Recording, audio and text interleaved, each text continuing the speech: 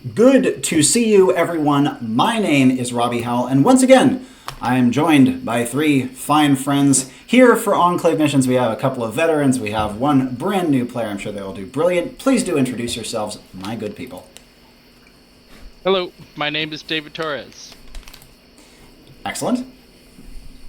Hi, I'm Aidan. You can call me Okami. Perfect. Or Aidan, I don't care. Oh, Mary. Oh no! Immediately. Hi, my name is Mary May. I'm back again. Perfect. Thank you all so much for joining. We're going to begin things, as we do, with character creation. It's going to be a bit of an unusual one because both Mary has played on 2 official missions thus far, and Okami has done 2 demos with a consistent character. So Okami's going to be translating that to a more formalized character. Mary's going to be leveling, the first person to do so on camera with this rule set. And Detour is going to be making a new character from scratch, which I look forward to hearing a little bit about. So I think we're going to start with Detour's process, and then we're going to bop between the others as well. So for Detour, and I suppose for Okami, and apologies in advance if I refer to you interchangeably by your handles and your proper names. Fine by me. Yeah. To begin with the easy stuff, what classes will you each be playing? Fire away, Detour. Gunslinger. And Okami? Illusionist. Perfect. Now, the first bit that we do when we do character creation is personality. As of now, while Okami has been playing an established character for a little while, we have yet to define personality because that's not something I typically do in demos. As mentioned in the rule set, 2 of your personality traits are predetermined by your class's stats. The third one you get to pick. It obviously has implications for your stat growth as well as for your character acting. Have you decided what your third picked personality trait, and do you have your 3 traits written down? No. Perfect. I do. I did the whole character creation process last Awesome. time. We love it. What have you got for us? So my 2 standard personality traits are confident and sensory, being a gunslinger. Mm-hmm. My third personality trait will be tough, which is resilience. Brilliant. So confident, alert, and tough. That's a great personality set. There's a lot of ways you can go with that. And Aidan, if you've had a chance to review the personality trait list, do you need a little time to think about it? If you do, that's totally fine. We can proceed. I'm looking at it right now. That's totally fine. Take the time you need. While you are doing so, let's start talking about stats. In Enclave, there are 12 of them. Your class, once again, defines 3 of the, or 2 of the ones that you specialize with. The personality trait defines a third. You're going to be distributing 6 pluses. Pluses are how we measure stat growth in Enclave. Each plus is a pretty substantial increment. And you have 6 to distribute at the beginning of character creation. 2 go into the stat that your class most specializes with. For Gunslinger, it is skill. For the Illusionist, sensory. For the next 1 plus is based on the secondary stat of your class, so that's 3 pluses accounted for. The 4th goes where your personality trait stat correlates to, so for Detour it would be resilience, based on his tough trait. And the last 2 you can distribute however you want, so long as no stat goes beyond 3 pluses. Detour, what have you picked for your stat spread? So I chose reflex and vigor. Excellent. So going for physicality here, it's going to be a specimen, I think. And a rounded build, too, at that. So that's very, very good. I've heard some people say that reflex is like the 3rd most important stat on the Gunslinger. Obviously, it's an opinion, and I think there's other builds, but it's true that reflex is great on the class. And Okami, do you need a little more time to consider traits before we dive into stats, or do you think you have something here? So if I'm reading the table right, the smaller word is the actual trait, right? Yes. Yeah. Okay. So and I just pick 1. Yep. You pick a trait, and it's correlated to the stat. Okay. Because so I'm gonna pick reflex, I think. Or sorry, smooth, which is reflex. And honestly, that fits in with how your character has behaved already. So that means your 3 personality traits are going to be alert, which is the sensory trait, ambitious, which is the arcane trait, and smooth, the reflex trait. And so because of that, your starting stats are going to be 2 pluses to sensory, 1 plus to arcane, 1 plus to reflex, and then 2 more you can distribute however you like, as long as nothing goes above 3. Before we go further here, Mary May, let's talk leveling. So you've played your character twice now and have earned a level, and as such, at level 2, as with all levels, you get to distribute 2 more pluses, but you cannot put both into the same stat. Have you made your decision on where they are going? I've made 1, and then I'm flicking between 2. I also think important to explain to people is that when you level up, you can exceed 3 in a stat. Is that correct? Yes, the maximum is now 5 after your character creation point. Yes. So I'm not going to get there anyways, because I can't put 2 in 1, and I only have the highest is 2. I already have. So I know that I want to put 1 into Vitality. Robbie and I talked about it before we went on call for a bit, and I definitely think the way that I've been playing Siri, definitely Vitality should be one of them. The other one, I don't know if I want to put my last plus into Arcane, or I know I want to put it into one of the 3 that I already have, which is Sensory, Arcane, and Luck. And I'm really flip-flopping like every single second. I'm like, oh wait, this would be better. I'm leaning towards Sensory if Sensory includes like picking up on facial cues. Yep, sensory is about your 5 senses, and so because of that, you would be able to focus in. The key here is that sensory is not going to necessarily tell you what those mean. If you want something like that, spirit is the direction you'd be going in, because it can help you with spirit insights, picking up on people's emotional cues, so to speak. Then I might do that. Pardon me, before I go further, feel free to interact with chat, you guys, especially when you're not being actively cut to if people want to talk, but if people want to just observe, they are more than welcome to. So before we lock in your decision, Mary, back over to Aidan, do you have an idea of where you want your other 2 pluses to go to, or do you need a little more time to think? Yeah, actually, I think I'm gonna put a second one in Arcane. I'm gonna put 1 in Skill. Excellent. That honestly fits pretty perfectly with how you've played your character, so I like it. Awesome. While we give Mary May another moment to think, both Detour and Okami, as part of your character creation, you obviously get to choose gear. So you have 3 pieces of default gear, and then you get to pick 1 piece of elective gear. For Aidan, this will be easy, because we have established it already. But let's start with Detour. What have you chosen for your piece of elective gear?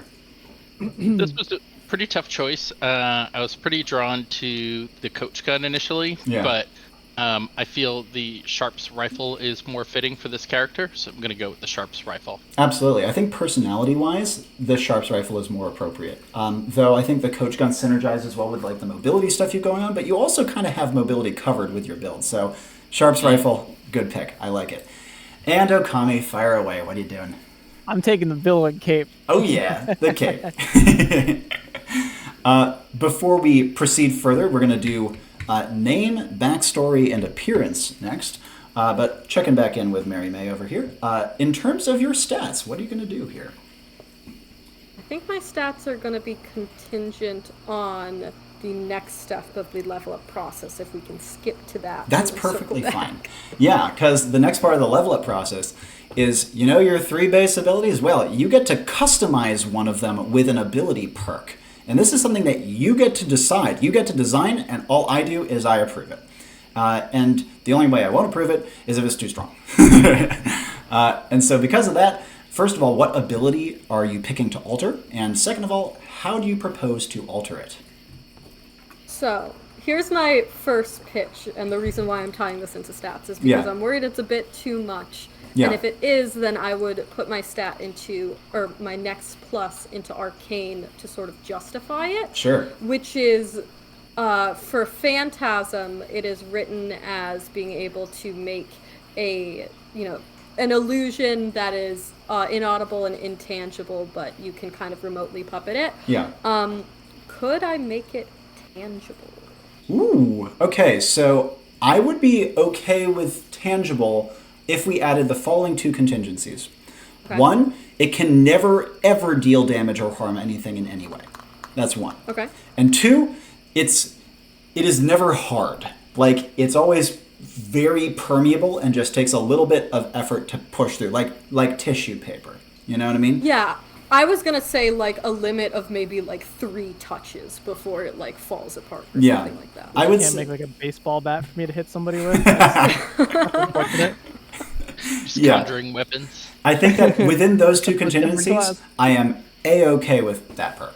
Is that an acceptable set of contingencies for you? I believe it is, and to additionally justify that, I'm putting my last plus sign into Arcane. Sick. Excellent choices. Now, ability perks are reserved for level up, so we're going to jump back over to Detour and Okami for purposes of going over their characters, beginning... so give us a rundown of your character's name, like 2 or 3 sentences most about their appearance and their backstory, so we have an idea of who we are dealing with. Let's begin with Detour. Sure. So I probably went a little overboard here with this. It's fine. We love it. Name is Crow. This is not his real name, but he's not forthcoming about his real name. Appearance-wise, he's about 27 years old, 6 feet tall, 190 pounds, pretty athletic build, tan skin, stubbled beard at all times, as you would expect of a cowboy. Background-wise, he is from a Weird West setting, and so here's his story as I've written it. Crow was the son of a young woman who was the village's apothecary and healer. One day, while he was a young boy out gathering herbs, a posse of fanatical witch hunters, known as the Hex Hunters, descended on their hut and murdered his mother, denouncing her work as witchcraft. When he returned, they lied to him and told him that his mother had been killed by bandits that they were chasing. They took him in, indoctrinated him into their beliefs. However, when he came of age, he discovered the truth of his mother's death and like kind of remembered her as being kind of a nurturing magic user, you know, like she was a healer. So he hunted down the members of the Hex Hunters in revenge, and since kind of sought redemption for these innocent lives that he took while he was under the control of these Hex Hunters. So notably here, he's in denial about his own abilities. He believes that his skills to be the result of like his hard work and determination, rather than the supernatural juice that it really is. And so kind of like when his powers developed, he like channeled it through his body. So this is kind of like why his build is the way it is. So sort of going for the sort of like a physical adept, if you're familiar with that class from Shadowrun, kind of to, you know, channeling the magic through his body to reach sort of that elite peak human physicality. And then just a note about his personality, he still kind of harbors a strong distrust of magic from his time spent with the Hex Hunters. But again, still kind of remembers that his mother was this very kind and gentle, nurturing magic user. So you know, he's got these conflicting emotions about magic. Holy shit, Detour. That was beautiful. That was, like, lovely and elaborate, and I adore it. There's so many hooks there that you can play off of on mission. And also, perfect character for 2 illusionists, if I may say. That's exactly what I was thinking. For many reasons. Should be fun. Secondly, Okami, do you have an idea for your character's name, appearance, and backstory? Yeah, and suddenly I feel like I did not bring a lot to the table. Don't worry, what I just heard. That was like well beyond what I expect from people making a first-time character. Yeah, his illusionist. His name is Aris, and he's 23, about 150 pounds, 5'10". He was orphaned for as long as he can remember, and he'd like go from town to town. Not really fitting in anywhere, and every now and then, like, everywhere he'd turn, some weird shit would happen, and no one really knew why. He couldn't really figure it out until eventually this one guy found, took notice on him and kind of took him under his wing and taught him how to use, like, magic and stuff, and then eventually became aware of the Enclave and enlisted, or however, I don't really know how the Enclave system works as a whole. Fun. You can use enlisted. That will work for our purposes here. Brilliant. That is perfectly sufficient, and also kind of puts him at an interesting middle ground between the other two characters in terms of his backstory. Speaking of which, we're going to tap over to Mary May to tell us about Siri a little bit, as well as, after doing so, we're going to finish up her level up with one last point. Fire away. Yeah. So Siri is, mid to late 20s woman. She has blonde hair. I based her off of the Wizard from the Wizard of Oz books, not the movie.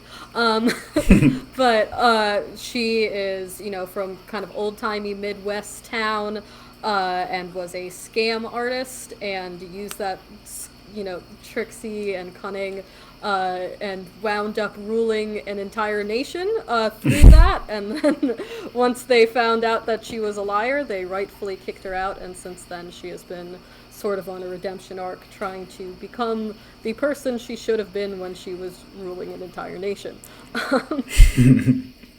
Damn.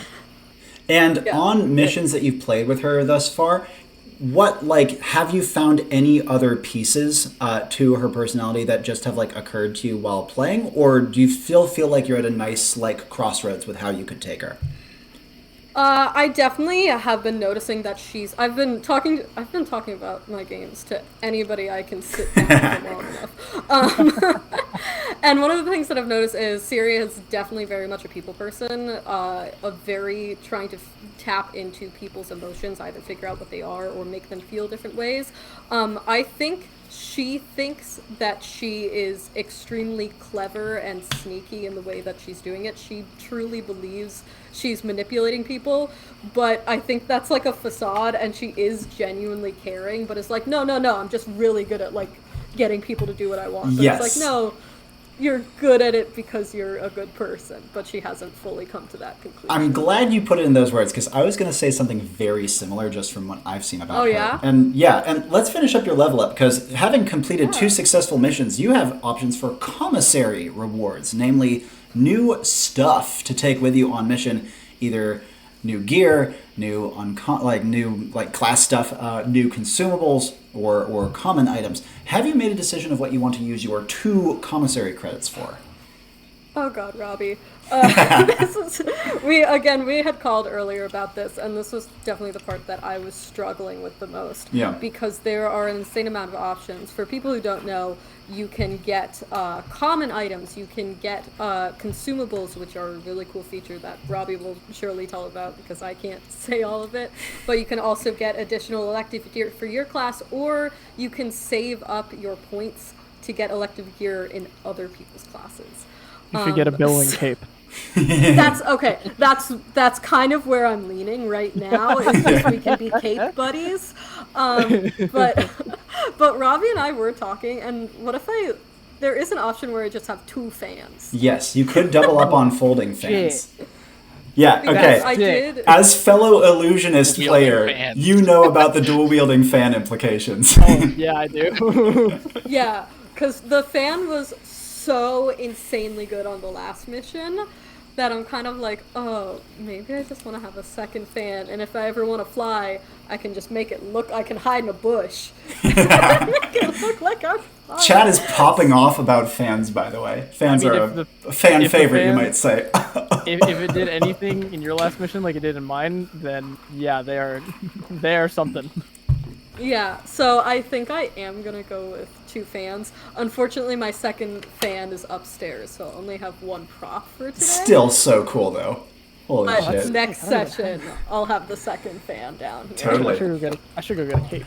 All right, friends. So now that we have our characters set up, I would ask if you wouldn't mind, for the purposes of this mission, if you wouldn't mind changing your nickname within the server to your character name so that people can easily identify you.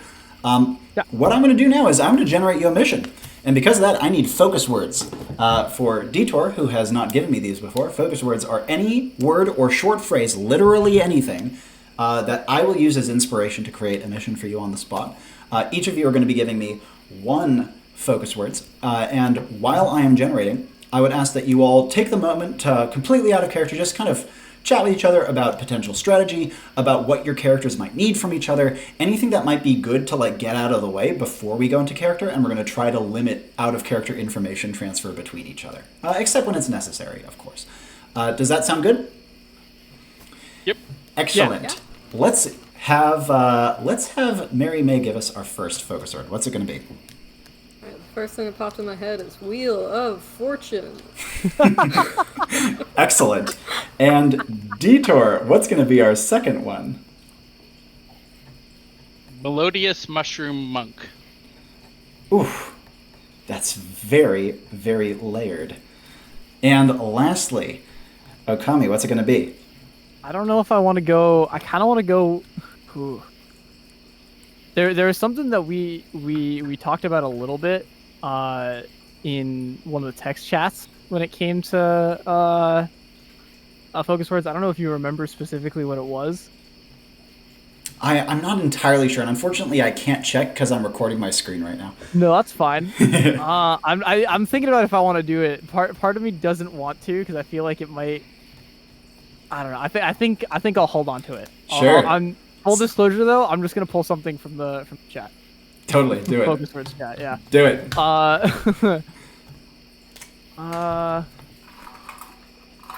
Ooh.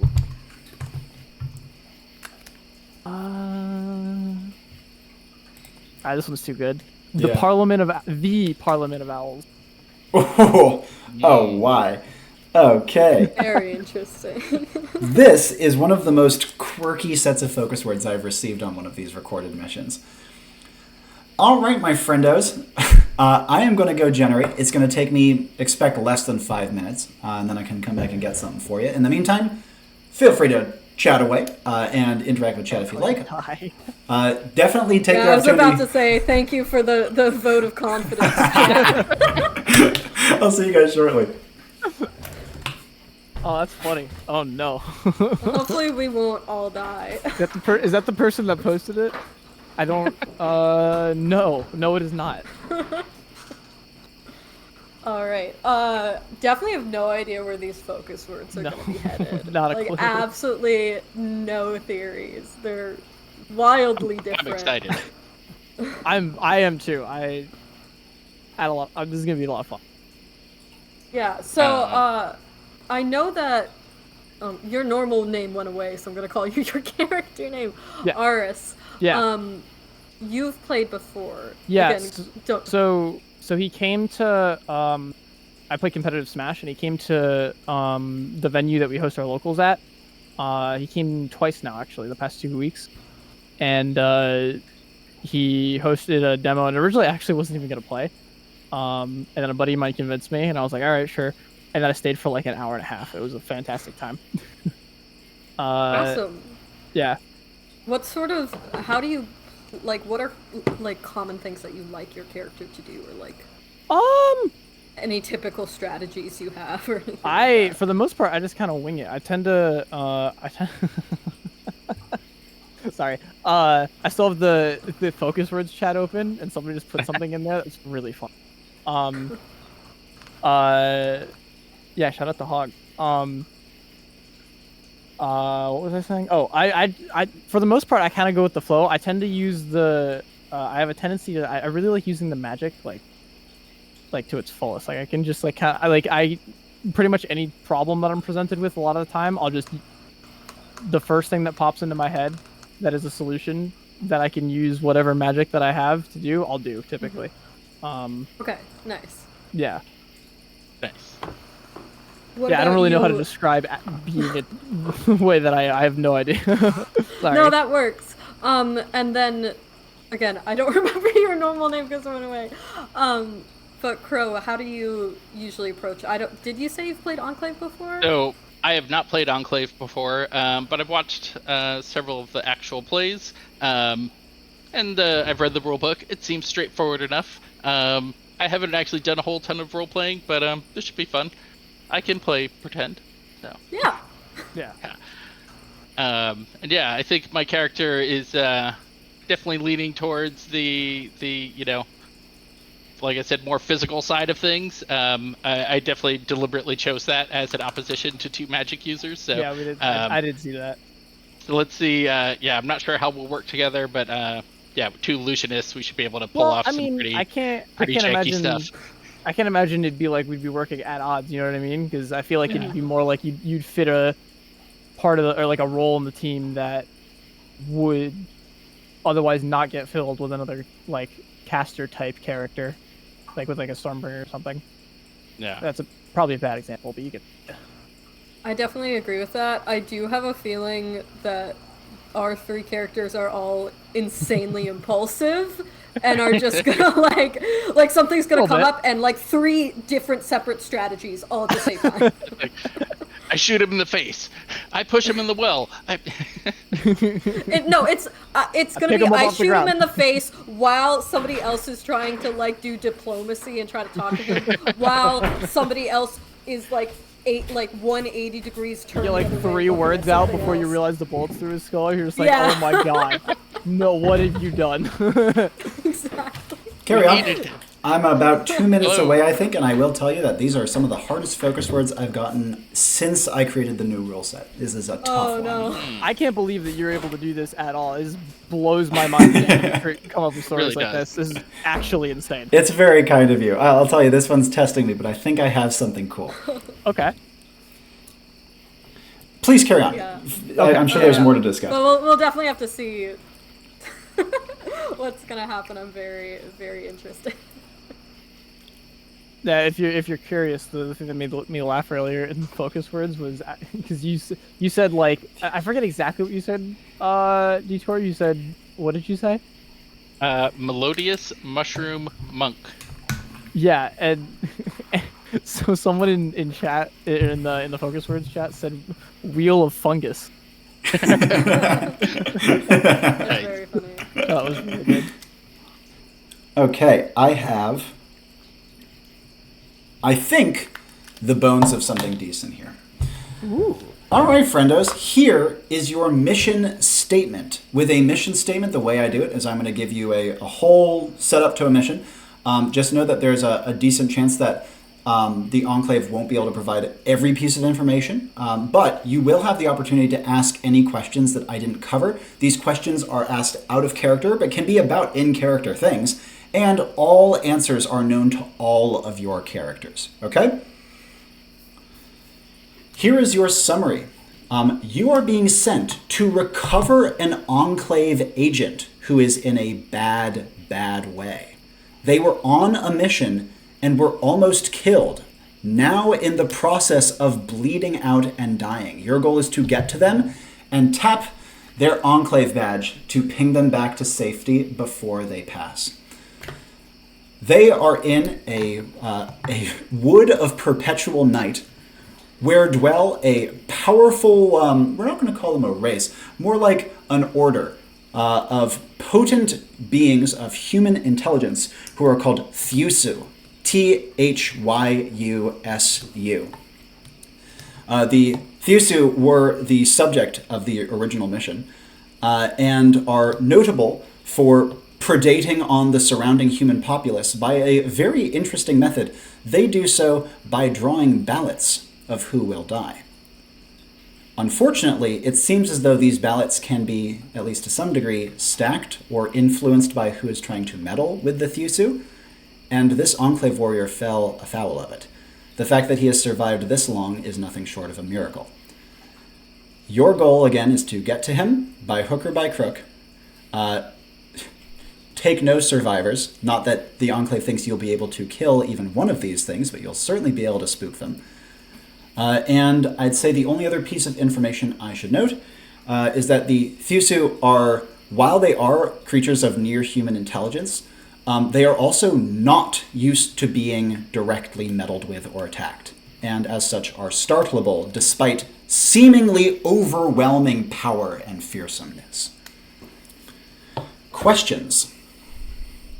Do we know this agent's name? Yes, his name is Jones. Do we know how he died? Oh, he's not dead yet. Well, do we know, what caused his condition? Yes, it was a Thusu attack. The Enclave is not sure exactly what they did to him, nor how he managed to survive it, but he has holed himself up in... So you're heading to this kind of like haunted wood type area, and he's holed himself up in the like detritus underneath a long dead tree, like deep into a... Used? Pardon? What's that word that you used? Oh, detritus? Like Yeah, what is that? leaf litter and junk. Okay. Like old leaves and shit. That's in like the stump of a long fallen tree. So he's managing to hide from them despite his critical condition. I should note, he is a powerful Enclave warrior. He's a higher level than any of you. And as such, even though he is in horrible shape, if you get to him, he may be able to help. Because even if you tap his badge, he ain't pinging out immediately. The Enclave only reserves that for missions that are completed, and his mission was like completely destroyed. And so he's going to need a little bit of time for this emergency ping out to take place. So once you get to him, you're going to have to hold position at least for longer than the couple of seconds it normally takes the Enclave to get you out. Other questions? Yeah, Siri. Are we allowed to steal questions from the chat? You know what? Screw it. All right. To be fair, I was going to ask know... that. Yeah. I didn't see it yet. Ariadine, I think that's how you pronounce their name in chat, was asking what Jones's class was and if they have any special abilities. Oh, excellent question. And it's actually that chatter is using the name of their player character from our last featured mission. That would be Ariadne. The I is somewhat silent. Yeah, Jones is a mycologist, a reasonably high-level mycologist from a modern background. He has enormous ability to manipulate fungus of all kinds. Nice. Yeah, Detour, fire away. Do we know anything about his previous mission? Is it relevant to our mission at all? The only things that are relevant is that all of his former companions are dead, killed in brutal fashion by the Thiusu, and their mission was to try to interfere with or even put a stop to the Thiusu system that has been harassing the surroundings for ages. All right, and Aidan, fire away. You had a question? Would we can we have a description of what the Thiusu look like or are or capable of? Or... Absolutely. The way I will describe them, what's the best way of doing this? Okay, imagine, if you will, Slenderman owlbears that are 3 stories tall, roughly speaking. I don't like this. I don't like this at all. Fucking what? I was not prepared for it to be Halloween in September. Say it again, Slenderman what? So call it a Slenderman owlbear that's like 3 stories tall. And this guy survived? Are there yes. Yeah, right? There's and they're like their own people. How do we know how many there are total, or do they travel in packs? Like, it is if we known. See one, will there be like 15? It's a great question. Those are excellent questions. The place you are going into, they seem to think that their job is done, so there's not many. You're probably not going to encounter more than at a very rough estimate, half a dozen. Not to say that if you do something real bad, they won't call in reinforcements. They are coordinated. From what the Enclave can guess, there doesn't seem like there's more than 50 or 60 of them in this area in general, but 50 or 60 are more than enough. Yeah. Yeah. What's their technology level? Can they phone in reinforcements, or do they have to send a messenger? Yeah, the Thiusu do not use technology of any kind, but they have many magics at their disposal, which are not well explored. Any other questions? Yeah, go for it. Mary. So we know that we're going into a wood of perpetual night. Mm-hmm. Do we know what sort of environment that is? So Jones was very into mushrooms and things like that. Yep. Not in the drug way, but in the science way, I assume. Maybe both. You don't know. Probably both. Maybe both. We don't know. But can we assume there's mushrooms or sticks? Yes. Absolutely. So the way I describe it is, imagine an oversized forest, not dramatically oversized, but pretty big forest, old forest, where every single tree there is either dead or dying.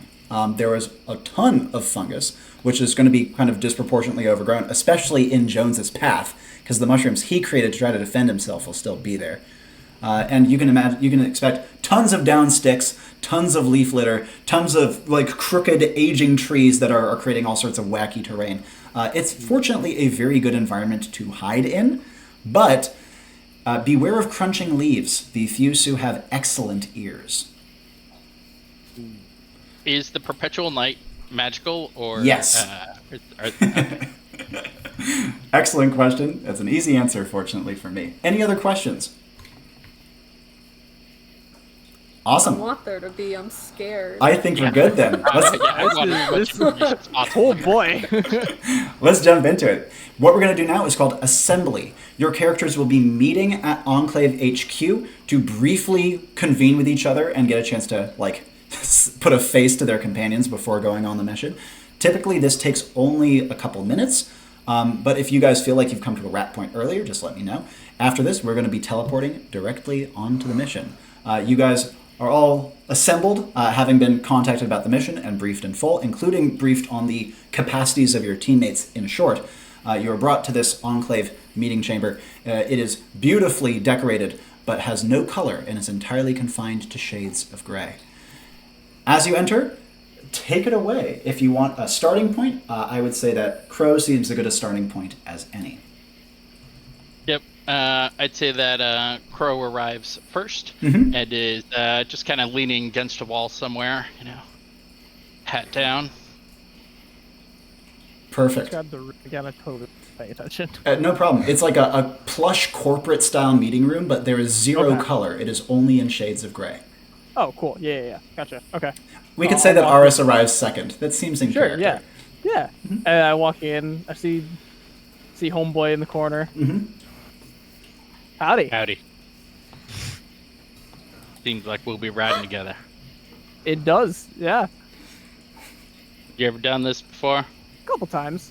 Not quite these details, but yeah, a couple times. This one will be interesting. For sure. First time for me. Appreciate you showing me the ropes. Of course. Good luck. At this point, we can say that Siri comes in as well. From the info I've gathered, we'll probably need it. Really quick, I just want to point out a character inconsistency, which is I said I was from the Midwest, but I will be continuing to use my shitty British accent. Do it. I think it's in character. We didn't say the Midwest of where. Yeah, exactly. Midwest of somewhere I in forget Europe. every town possible. Siri probably walks in and is just fanning herself, looking a bit nervous. Oh, hello there. Howdy, ma'am. What's up? Oh, this is a different sort of mission I'm used to. Yeah. Wouldn't know much about it myself. First time. Oh. This is a great one to be your first. I hope so. Oh, well, I hope so too. We'll have to see how things go. What exactly can you do? You have a special type of hat on that I presume means something. Well, ma'am, if there's any trouble, you just give me a holler. Me and my 6-shooter will take care of it. Aha! Violence! I like it. Indeed. Violence is always fun. In the right amount. But don't generally do it just for fun. Do it when you got of course. It's important to be responsible with such things. Fun's an important motivator. Y'all look like you're into those magics. Don't put much stock in it myself. Oh, how could you tell? And she tips her little witch hat that she has on. Yeah. I also do that. Just copy. It'll be a fun one.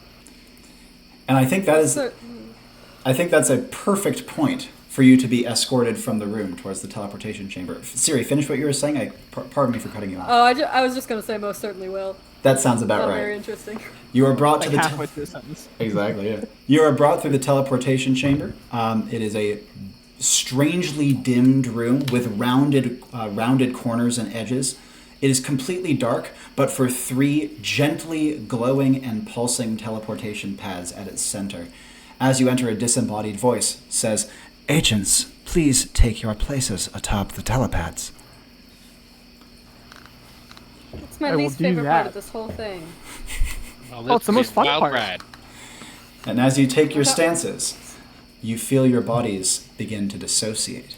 From your toes, climbing through your body, each piece of you falls apart like 1,000 grains of sand through an hourglass, almost pleasant until it hits your eyes, at which point the world around you explodes into nothingness, colorful and swirling and chaotic, where sound and thought does not exist, until it does not anymore.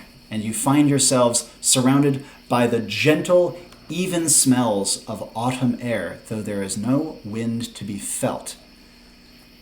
It is dark around you, though there is a bright, gigantically yellow harvest moon up in the sky. It is partially obscured by the arching, tangling branches of the giant dead trees around you. And the ground around you is covered in large leaves, but for a couple of sets, almost laid out like a set of bongo drums, of incrementally larger and larger mushrooms, beginning about your knee size and getting almost twice any of your heights, almost laid out like steps leading off in another direction. What would you like to do immediately upon entering? We will begin with Crow. Ask questions and describe your actions. I think immediate reaction would probably be disorientation, because Crow is not used to this. Naturally.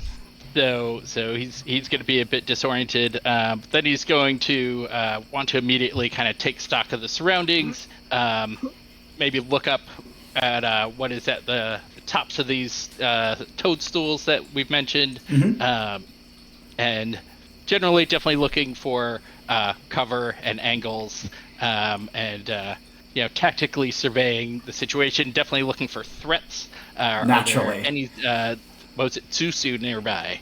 So immediately looking around, you can see not a single solitary sound, although you can hear the gentle sounds of frogs and crickets in the distance. The mushroom steps before you lead up to a wide arching tree that almost looks like it creates a multi-pronged Y at the point where the mushrooms reach it. Clearly they were climbing up to the top of that. As you look, you can also see that there are spatters of blood on each mushroom cap and a much larger one at the top of the tree. Now I should also note, Crow's eyes are good. Ceres and Aris's eyes are even better. And because of that, they can also pick this out as each of them takes their own actions as well. The last thing I will mention for Crow is that just observing the situation, there are tons of cover options around. Like the arching, gnarling boughs of the trees make for lots of little hidey holes and nooks. The piles of leaves by themselves could be dived into if need be. And even the mushrooms could be ducked behind if a gunfight broke out, just from your own experience. Badass place for gunfight. Damn. Speaking of which, Aris, immediate actions from you as you teleport in. Teleport in and say something stupid like, "Oh, it's like a good drug every time." Visual shit. And then I look around and see all like the mushrooms and stuff and the blood, and I'm like, "Whoa, I don't think that's normally there." And I'm gonna go like, I'm gonna try to see if I can follow the blood with just my eyes, see how far up those mushrooms it goes until I can't anymore, and then I'm gonna approach wherever it looks like the blood like kind of went up from, assuming that it went up, because for all I know it went down. From what you can see, there are spatters of blood on each mushroom cap, and then at the place where they reach the top, that like tree crook, that like large tree crook, that also has a big splash of blood on it, but you cannot see past there. You can also see, following the trail, because you just said it, don't know if it's up or down. Well, following it down to near where you guys are, there's a little bit of blood on the leaves around you, though it's not nearly as concentrated. And if you want, you could even look over your shoulder and see if it's behind you as well, but I leave that up to you. Sure, why not? Tracing behind, there's three things of note. First of all, you're near a very shallow stream that is mostly choked with leaf litter. The blood seems to like mostly vanish over here, but you can also see that there's like a huge scuff patch in the leaves. Kind of like, how do I describe this? Have you ever seen someone like trip and fall and eat shit in autumn and they make like a human-shaped outline in like leaves? It's kind of like that. So it's very, very easy for you to see, and you can also see like the running footsteps that led up to it. Okay. Siri, immediate actions from you. Right, I got 2 immediate actions that are fast and pointless. Number 1 is just want to double check that those mushrooms were made by Jones and not just happened to be forming a staircase. Mm-hmm. How would you do second, Probably like go up to it and maybe like, oh, here's something. If the fan is like resistant to magic, see how easily the fan can like cut into the mushroom. Ooh, if it's brilliant goes quickly, idea. yeah. Yeah, your fan actually manages to slice into this thing quite neatly, and because of that, it does seem to have at least maybe the Thusu made it from magic, but either way, this was a magically created mushroom from best you can determine. We didn't ask if they could use magic. No, you. That's Well, all, it that's, did. No, It that did was on specify. us. They didn't specify if they could use mushroom magic, but it was mentioned that they can use magic, though it is not well known, and they do seem to be intensely magical creatures. Okay.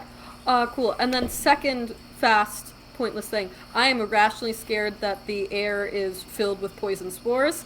And I want to. That was my first thought. I'm terrified that we're all gonna get corrupted and turn into zombies. Yeah. So I don't know exactly how to check for that. Maybe like, if like, take my mirror and like swipe it through the air and like see if it. Ooh, there's picks dust up on any it. Oh, that's so particles. fucking smart. Spores. I love that. Yeah. Well, doing a quick like fwing and checking. Nothing. The air is crystal clear from this initial test. Okay, good. I was so scared of that. Does Siri have a final and then follow-up after those two? I have a longer follow-up, so Sure. I think I'm good. Let's jump over to Crow then. Actions from Crow after his initial scan of the surroundings. Well, seems like the air is a bit secure, but that blood there's giving me pause. Think we should head up those steps, see what's going on up there. Could be our man. I think that's a good idea, but I would also like to point out this trail goes two directions. So for all we know, it could be the other way, but I think that we should go this way first. You're right. With these 2 points being made, any follow-ups, or would the group like to proceed up the steps? I think I would just ready my pistol. I think Siri said she had stuff she wanted to do, but Yep, absolutely. I can do the longer thing later. I think in response to that, just see if, like, when I flick water, I can tell the direction it's been flicked by how the, like, you know... How the droplets drops land. Yes. Can I figure out, like, of the blood that we can see, which direction it seems to have flown in? Crisp. Beautifully done. There is no doubt upon a little bit of inspection that whoever was climbing these steps definitely was climbing up them. The way the blood spatters also indicates that when you take steps, you're exerting your body, more blood is going to be pumped through you, and that would indicate larger blood spatters than when you are walking along the ground as well, especially if it's labored steps. Okay, awesome. Just wanted to double check that. Brilliant deduction. In that case, Crow, are you taking point up the mushroom steps? I think it makes sense. So yeah, Crow will kind of pull his 6-shooter out, going up the steps very carefully. They have like almost a pleasant spring to them. Like, obviously this is a very unpleasant environment and a very baleful task, but even so, there's like just the slightest bit of, bouncy as you can make your way up. And additionally, as you start to reach the top, you realize two things. First of all, this tree is looming over the edge of a not a sheer drop, but like a long valley canyon that is also littered with trees. It gives you a beautiful view out over the woods at night, which again is crystal clear thanks to the moon. But additionally, you can see that the blood very clearly just goes to the edge and leaps into the abyss. Like there's nowhere else he could have gone going along that particular branch. And these branches are all big enough to walk. Okay. I'd like to use my Sharps rifle, Yep. sight down, and see what I can see at a distance. As you do so, your vision starts to gently zoom in, thanks to the Sharps rifle's magical property. Jumping over to Aris, Crow has taken point, has followed the trail up to this one branch overlooking the deeply sloped valley, and he now has his rifle out and is scanning. What would Aris like to do? I'm going to follow him up, make it up there, just kind of look around. You said the blood just kind of disappears right before the I forget the word you said. Like the drop? Yeah. Yeah. Just the chasm or whatever. I don't think it's that big. Steep valley. Yeah. Well, looking down below, you can see that below this branch, there is like a deep divot in the mossy dirt below, clearly indicating a jump. It would be a far jump, but looks landable even by your standards. Not safe or fun though. You said you were scanning the surroundings. Where are you going to be focusing on when you're scanning? Are you scanning the skyline? Are you scanning like the treetops? What? Well, I would ideally wanted to like focus mostly on like about eye level and then down. Absolutely, like, yeah. Into the pit. Like into the wooded valley below, yeah. And as you're doing so, within the valley, obviously since it's night and trees cast a lot of shadows, you can see like the first layer of trees quite clearly, but even your good vision starts having trouble picking out details past that. Anything you are particularly looking for within the woods, even something as simple as movement, or do you have something more specific?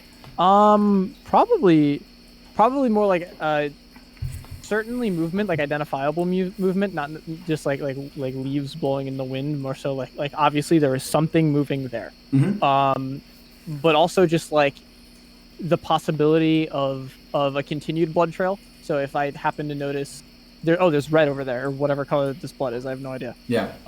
It is red. Good question. It is red. Okay. So if I happen to notice, that looks suspiciously like blood, that's probably more of the trail. Yeah. Very noticeably, you do not see any blood from anywhere besides the landing zone, where there is a big spatter. Jumping over to Siri, she obviously can see Crow and Aris carefully observing their surroundings from this little branch vantage point with Crow with his rifle out. What would she like to do? Yeah, I think follow up the mushroom staircase to everybody else, and as she's doing so, start to try to focus on Jones, what we know about him, the mushroom steps, so that she can try to cast viewpoint once she gets to the top and kind of figure out what his surroundings look like. So maybe we can include what. So you're trying to pick Jones out without seeing him. Obviously tough. You've done similar things before, but the Enclave But we don't have clues on this one as much. The Enclave was able to provide you like a warrior profile on Jones before you were deployed. And casting her mind back to that, Siri would remember some details of it. For example, she knows that he was a university professor for quite some time. She knows that he has many hobbies that he actively used towards productive ends on mission. Like, for example, he is an accomplished musician. She knows also that his fellow agents tend to report that he is a sardonic but well-intentioned individual who tends to lighten the mood during tough times. And she also learns, sarcastic, you know what I mean? And lastly, she learns that he is literally from the agent profile, shockingly durable despite his frame and appearance. So, but all of this is presented in very kind of corporate, in a very corporate manner to her through this report. So if you have any ideas on how you want to work off of that or off of other stuff you have in order to try to pick him out, then fire away. Okay. I think what Siri was intending is, so I'm going off the assumption that he made the mushroom staircase. He might not have, but I know that he specifically has mushroom-based magic, and this is a mushroom-based magical thing. Yeah, we'll call that a 95% likely thing here. So banking on that, sort of picking up on the magic vibes of the mushroom, trying to mind zigzag, fly away, search through the area to find something that has that same magical frequency. I see what you mean. First of all, how are you going to try to pick up that feel off the magic to do so? And second of all, sounds like you might want to physically interact with that thing. While you're considering how exactly you want to do that, let's jump back over to Crow. Your Sharps rifle is out, and your vision is gradually zooming in. Obviously, you don't have to have it zoomed in. It just gives you the ability to go in deeper, amplifying your already exceptional sensory. Where do you want to be scanning with the rifle? What do you want to be looking for? I think, first and foremost, the impact point. See if there's any clues that I can pick out with my enhanced vision. Ooh, that's an interesting point. Just looking at it firstly, you don't see feet. There's no, too big divot landing point. It seems like almost a more even landing point. You know what I mean? Like he landed on something flat or something like that. Interesting. Do we see any unnatural mushroom activity? Now that you're looking down there, you do see that there's like a little mesh of like mildew or mycelium or something, but it's not very substantial and it doesn't proceed further. I wonder if he had like caught himself on a mushroom or something. But yeah, maybe not. It's a good theory. What other things do you want to try? I think I would continue scanning the area again, looking for clues, looking for movement, looking for threats. Yep, and if you're using your zoom functions, are you going to be focusing on the tree line, the tree tops, the horizon, or like the woods around you guys? Like, tell me where you're pointing your eyes here. I think the tree line. Absolutely. As you are doing so, briefly tapping back into Aris, any further actions from him? When I asked about the just like surveying the area, did you say anything about movement? I can't remember. Yeah, that's a great question. You had not seen any movement yet. Okay. Do you want to keep scanning? If so, what do you want to be looking for? And if not, what else do you want to be doing? I'm gonna say out loud to the rest of the group, I kind of want to just jump. Any responses from them? That sounds like a one right crazy idea. Can you fly, boy? No. Not really. Siri looks at his billowing cape and then looks back at him and goes, "I might be able to pull it off." Magic's a wild thing. It is. Crow, as you say that, by the way, your eyes would for the first time catch movement. You see that over on if you're looking at the tree line, on the middle left tree line, so if you're looking straight ahead, kind of left a little bit, it would be kind of a close point to where that impact site was. You can see what looked initially like a tree branch shifts out of sight. Any actions from you?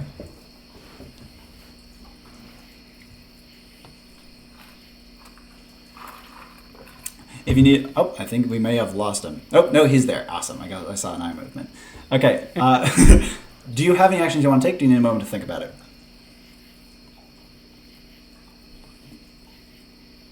Just Crow that saw this? Yeah, only Crow has seen this as of this moment. Oh, sorry, that was me. Yeah, my bad. I'm so sorry, mate. Yeah. All right, I think I'm gonna not exactly call it out, but just say, hey, folks, think I might see something, and try to focus in on what I'm seeing. Siri and Aris, immediate responses to this. All right, I guess I won't jump just yet. Yep. Oh God. I think Siri would just what did he see? I think I saw something move. Thought it was a tree, but wasn't. How big would you say the tree was? 3 stories tall. No particular reason. Actually, no reason at all. Crow, looking at the dimensions of that thing, that branch, it would have been a reasonable sized bough. Just looking at it, probably looking somewhere in the 8 to 9 foot range there. So definitely not human. A baby. It was a big one, whatever it was. Oh boy. Okay. That's scared. marginally concerning. Yeah, it's bad that you're scared because you're the only one here that's level 2. Siri's not freaking out as much as I am. I'm gonna say that right off the bat. I am Siri's internal monologue. Yep. Siri is displaying more confidence. Speaking of Siri's internal monologue, has she been completely derailed from her mushroom idea, or does she want to follow it up? I mean, I would like to follow it up, but I do think she's a bit derailed. The explanation for the vibes that she was kind of looking for. Here is what I've come up with. Yeah. Is you were saying that Jones uses his hobbies in his missions a lot. Yeah. And one of his hobbies is being a musician. I think she would want to lean her ear down next to the mushroom, see if there's some sort of light hum or like sound coming from it, and I then love that. search for that sound elsewhere. Yeah, she would hear the faintest rhythmic ticking. Almost sounds like a very quiet bass guitar, like deep in the mushroom's heart. As she is kind of looking back up, she would know. You've obviously turned away from the group to do this. So while they're looking out over the horizon, you've turned backwards. You also see a branch move on your side, like this, not in the valley, in the woods around you guys. It's only out of the corner of your eye. You have no idea how big it is, but it is definitely a lot closer than before. Before we go further with that, let's jump back over to Aris. Siri has not reported this yet, by the way. This is immediately after his jump comment and then the crow follow-up. Siri looks like she's gonna lose it. Siri's fine. It's me, May, that is freaking out. What would Aris like to do? So I assume I'm probably not even, at least not at the moment, not even looking at her. No. I'm looking kind of down with Crow at whatever down he's looking at. Yeah. Or whatever. You don't see any further movement here. Okay. I'm gonna ask what would you see? 'Cause we didn't talk about that. Oh, he did mention that something's a big one, and Siri did say, "Does it happen to be 3 stories tall?" To which he would have said, "No, but it's big." Yes, right. Thank you. Okay, so I'm gonna I take it that from what I have seen of like below me, I probably am not going to continue to see much else if I couldn't catch any of whatever had happened. Yeah. So I'm probably gonna focus up more towards eye level now, and just kind of look around. Yeah, you're looking out over the tree line now. Sure, less necessarily directly in front of us, but just kind of all around our surroundings. Yeah, absolutely. Looking around, this would at least briefly show you Siri, who I'm going to say is going to be at least frozen in place for a couple moments. Yeah. Looking out into the woods behind you guys. And while I'm doing this, I make the internal realization in character, because I just also made it now, that something had to have made him bleed like that. Yeah. And there's a good chance it's still here. Indeed. So start looking around for like threats, like hand on fan, like. Yep. Now, let's check back in briefly with Siri before going back to Crow after her moment of paralyzation. What would she like to do? Okay. She has still yet to report what she has seen. Yep. Okay. 2 things. Mm-hmm. 3 things now, because I should say that, but I'm gonna say that after. Yep. I think first instinct is she almost immediately veneers her clothing to look like a gimp suit. Mm-hmm. I'm guessing you mean ghillie suit here, because a gimp suit means something very different. What's a gimp suit? I'm not going to get into it now. It's BDSM shit right there. Oh no! The green thing. Yeah, a ghillie suit. Okay, that's what I meant. Honestly, the other one could fit on certain missions. Probably not this one though. No, the one. Yeah, that makes absolutely it look like a doable. swamp. Easily That was doable. one of those missions, huh? Yeah. I'm so sorry. No problem. Yeah, the one that's number 1. Yeah. Number 1. Ghillie Make accomplished. yourself- That's extremely easy, by the way, especially because you're around trees right now. So you can just like veneer to look like the tree surrounding you if you want. Yeah. Camo. I Yeah. don't trust anything. 2 is shout out the thing of did it look like a tree that went behind another tree? Because I think it's on this side, or there's a different one now. This is while Aris is turning around. This would be as he has caught her moment of frozenness. Does Aris have immediate follow-ups to this? My eyes just kind of widen and like I like firmly grip the fan as well. I'm just going, what? What do you mean? There's a second one on this side. She has blended in with the bark around her at this point after a quick frantic veneer. So I don't know if it does this, but I imagine it probably isn't too big of a stretch. I'm gonna try to like cast like Phantasm, but like try to just create like a little ball of like light in my hand, just kind of toss it up and forward. Phantasms don't typically emit light, so how do you want to? But it's not a huge ask. So how do you want to like add to the spell to make it do that? Oh, that's a good question. Do you need a moment to think? Yeah. I got stuff for Crow. Jumping back over here. So, Crow, you said that you had, after focusing in on the area that you'd seen the movement, pardon me, were you redirecting your vision elsewhere, or did you have a follow-up from there that I'm forgetting? No, I didn't have a follow-up there. I was sharing the information that I'd seen. Absolutely. I think now, hearing the commotion of my teammates, I'd kind of maybe want to whirl around, concerned that there's threats nearby. Are you bringing down your sharps rifle and resetting your vision, or are you and going for like your revolver, or are you going to keep it up? I think I would keep it up since it's handy. Yep. And so you're now aiming over your allies, over and past. Yeah. And as you do so, anywhere in particular you're going to be looking, scanning, checking, etc.? I think I'd be trying to, match Ciri's, sight line, trying to catch what she's looking at. Your zoom in actually reveals something a little interesting here. The area she's looking towards a tree. And on that tree, you don't see any movement, but you do see that there is what looks like a series of scratches in the bark, like quite deep now that your zoomed-in vision adjusts to them. Are you going to be trying to continue to focus on them, try to pick out more about them, or do you have other things you want to try to do? They are admittedly kind of deep into the darkness, and as such are not easy for you to make out, even with your enhanced vision at the moment. I think I'd share this information with my teammates, like, hey, folks, think there's something going on with that tree over there. Maybe got a hex carved in it or something. Follow-ups to this from the other two? If not, don't worry, you'll have moments for actions in a second. I just want to bot back to Crow to finish this up. I've come up with my light thing, but I don't think you want to finish your thing first. That's perfectly fine.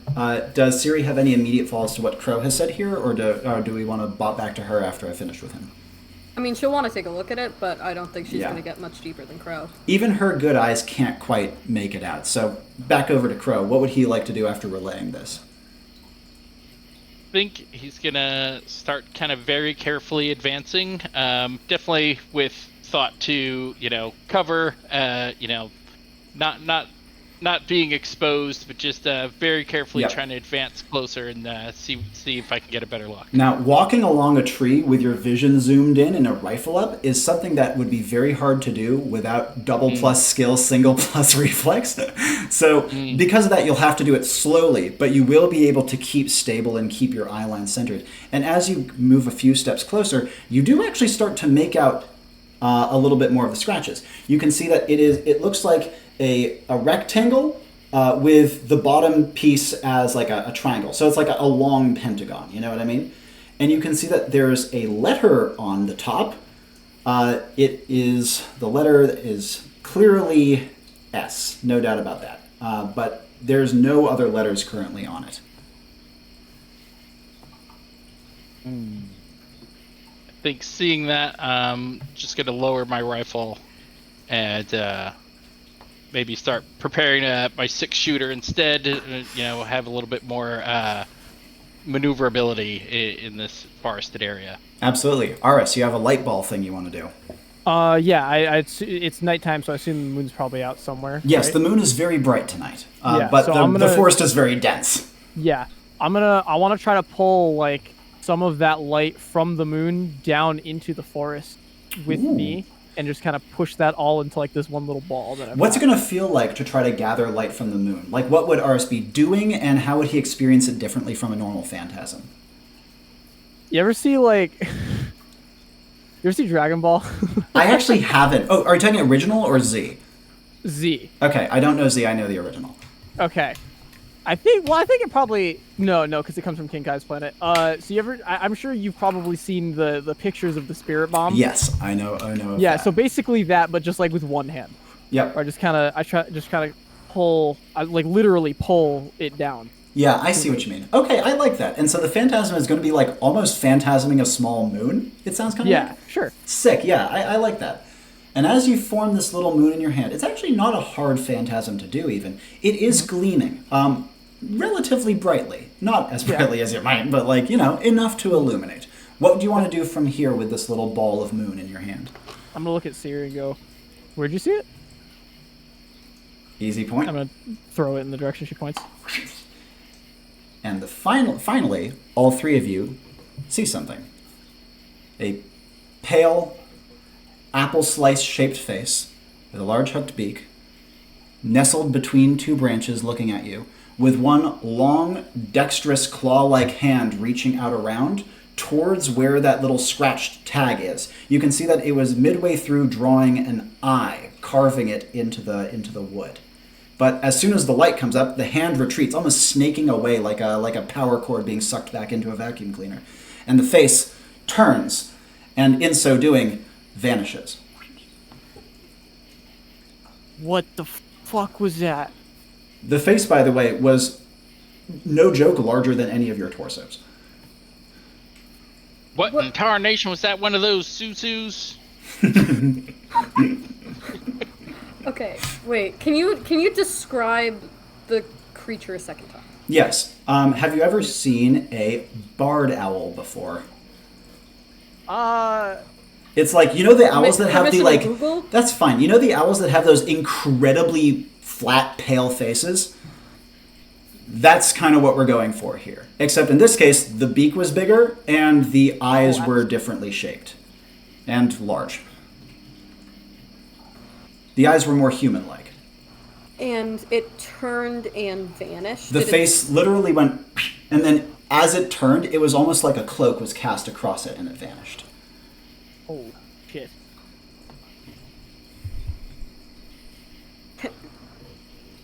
Are we still in a turn order? Oh, no. How are we doing this? Popcorn out here. gonna- Aris has just thrown the thing. I'm going to give him the first follow-up, and then we can have a reaction from Siri and then Crow. I'm going to go... It looked... He said... You said he drew an S, and then he drew an I the second time? The S was already there. It was midway through drawing an I when you illuminated it. Okay. Does investigating that at all, like... Does that tell me... Main thing that you see... anything new? It's... As I've described, it's that kind of long pentagonal shape with the 2 letters now in it. There is room for 2 more letters. I'm gonna turn and look at Siri and go, and then point at it, and then point at her again, then point at it, and then point at her again and go. I mean, that's how your name starts. Actions from her. Oh, God! I don't... Okay. That's gotta be a coincidence, or else I'm gonna freak out. I hope so, for your sake. Oh, God. Okay. Yeah, I was... Now I'm completely thrown off. My original thing, I just want to get, vibes. Like when I saw it. Fear. And then... Chilling fear. Nothing more or less than fear. Great, because I thought maybe it was just chill. No fear. On trees. Okay, great. There's always a chance. Oh, God. Okay. While Siri is having a brief freak out, quick reactions from Crow. What would Crow like to do after the situation illuminated? Aris's light ball is still there, by the way, so you actually have a pretty decent view of this part of the forest for the first time in a while. I think I'm gonna try and advance on that position a bit where we saw the creature. Yeah, you can climb out along a tree branch to get a little closer to it. All right. Yeah, I'd like to do that.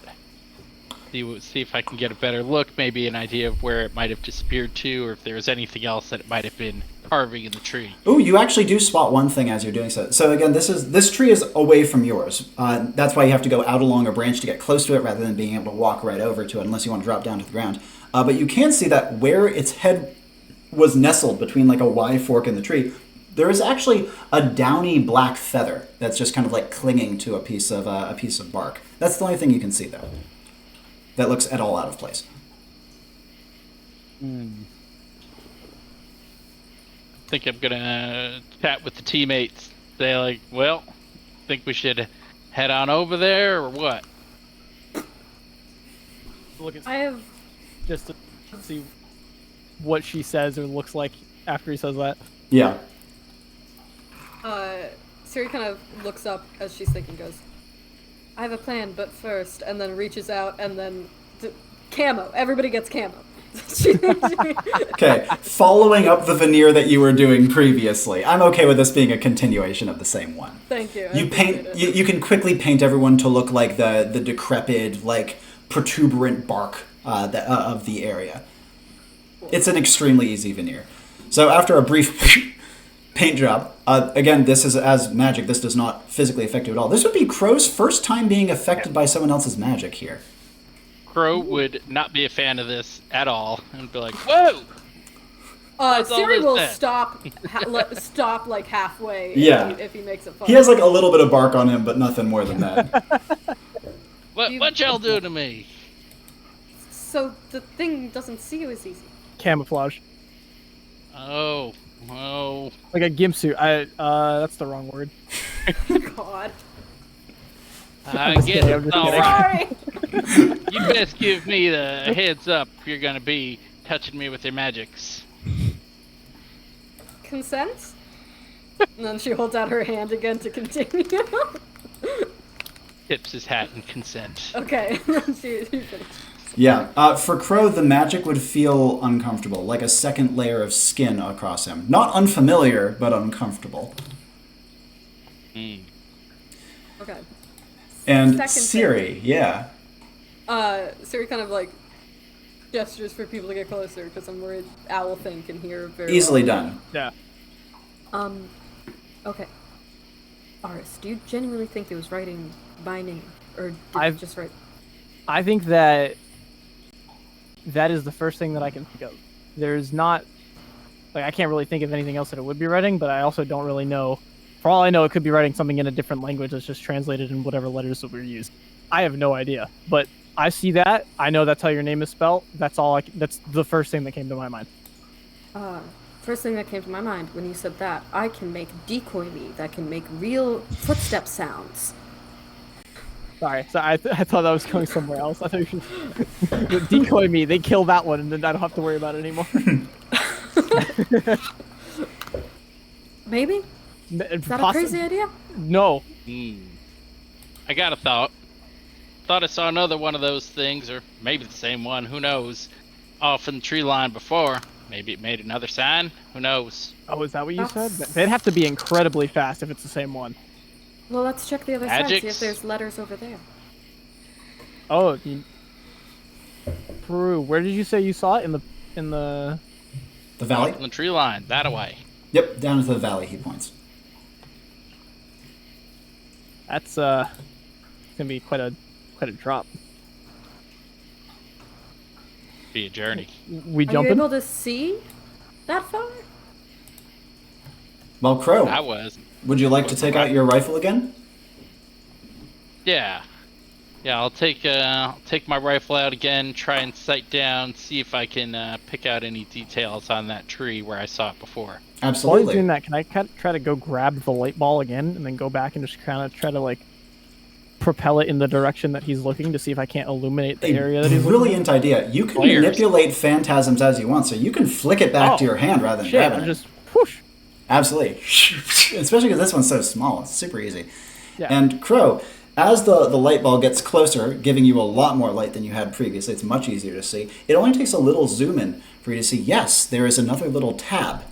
And this one is spelling C. And that's it.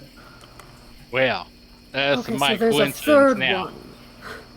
So there's a third one somewhere that's also Potentially. Boris's name. It's Potentially. It's the only logical answer.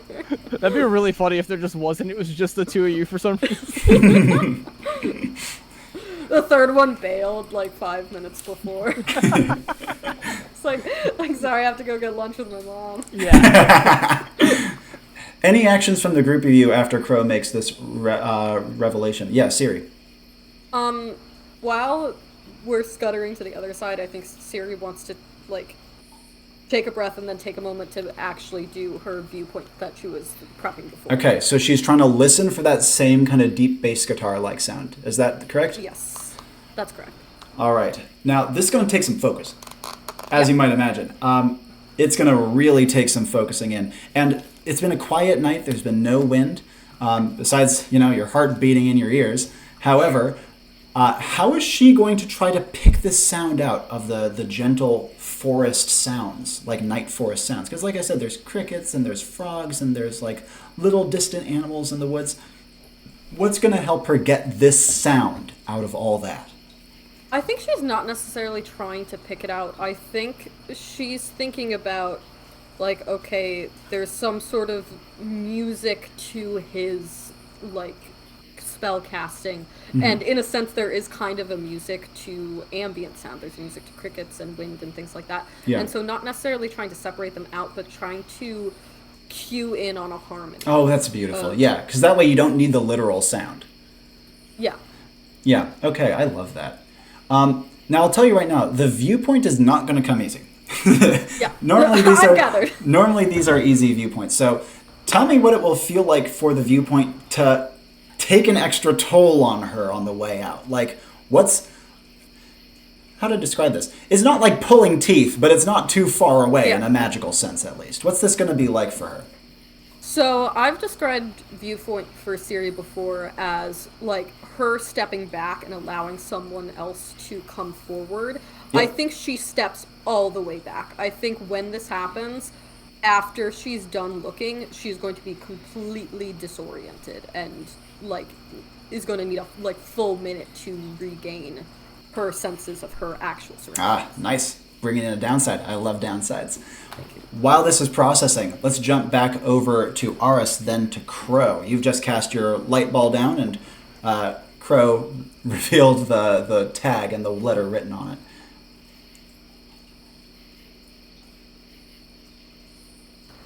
I don't have much.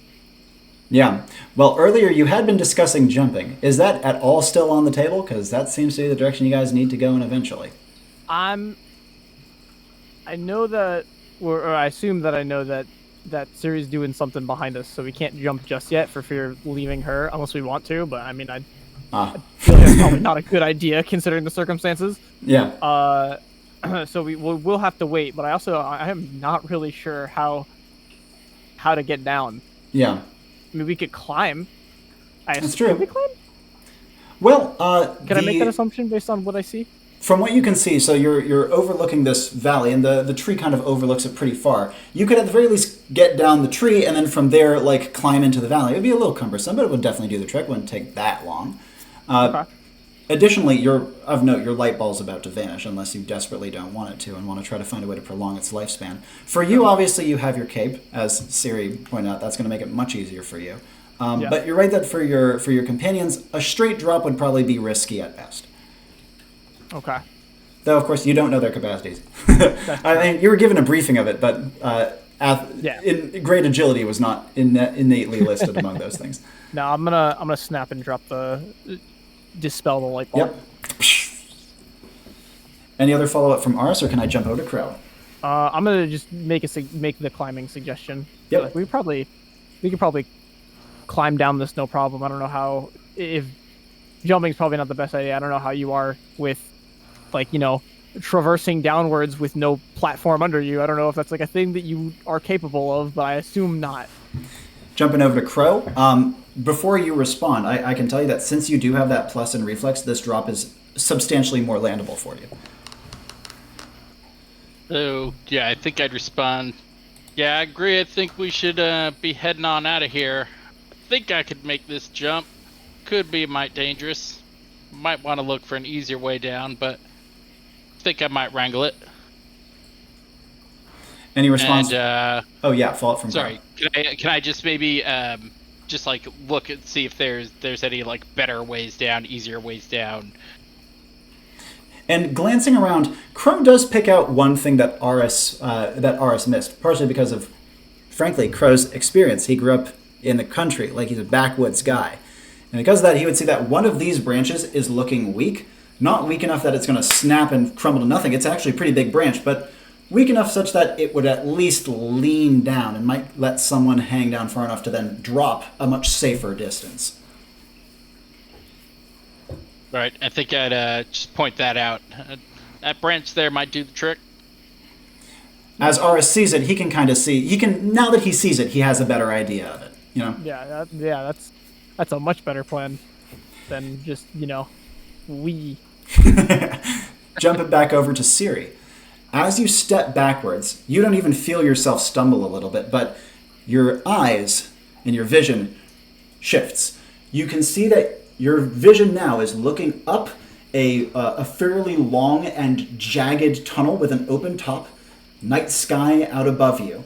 The moon is barely visible, and your vision kind of pulses in and out a little bit, like there's like a general like shifting of the body, rhythmic shifting. And second of all, the vision is hazy. Like, this guy is not seeing clearly at all. And in fact, you can see that there's like little spells where there's like a flicker and like an onrush of blackness, but then it's like pushed back and away. Is there some way for me to make my presence known to him? How would you want to do so? Just to like allow him to know that a friendly person is like, I don't know exactly how I want to approach this, and it might be that like I wait and do this later once Viewpoint like reloads and I can try something different that I've been wanting to try for a while. So I would be okay with that. But if there's a way to just like, as Siri ends the viewpoint, instead of slowly stepping forward quickly to like kind of press into where he is in her mind and like be like, this is a person who knows you and I see what you mean. Okay. I'm going to say you can definitely try that. You will not know if it succeed or not. That's okay. I'll give it a shot. Are you going to risk it for the biscuit? Yeah, I don't think it's going to be a negative thing, hopefully. Well, in this case, Crow and Aris, you guys would see that Siri like stumbles backwards for a moment, and Aris would recognize the weird vacant stare in her eyes as her clearly, like, he'd recognize a viewpoint when he sees one on someone else's face. Yeah. And then a moment later, she would like lurch forwards towards the two of you, like kind of dangerously close to the tree edge without really being able to see or control herself. Actions from the two of you briefly? Grab. I think I'd jump in there and be like, "Whoa, you all right, ma'am?" And try to grab her. The two of you could do like a two-man safe catch, and Siri is very neatly kind of draped between your arms. Yeah, I can't really see that well at the moment. Kind of like trying to blink. Yeah. Her vision is clearing, though I should note, as she does so, she would feel like, have you heard of phantom pain before? Yeah. She feels a phantom pain in various parts of her body. Her hand aches, but only briefly, and it fades quickly. Her back and shoulders ache. Her stomach feels awful, but again, the phantom pains vanish within, like, seconds. For a moment, it feels like she's going to be sick to her stomach, but, like, that quickly clears. Okay. I don't think he's doing very well. You found him?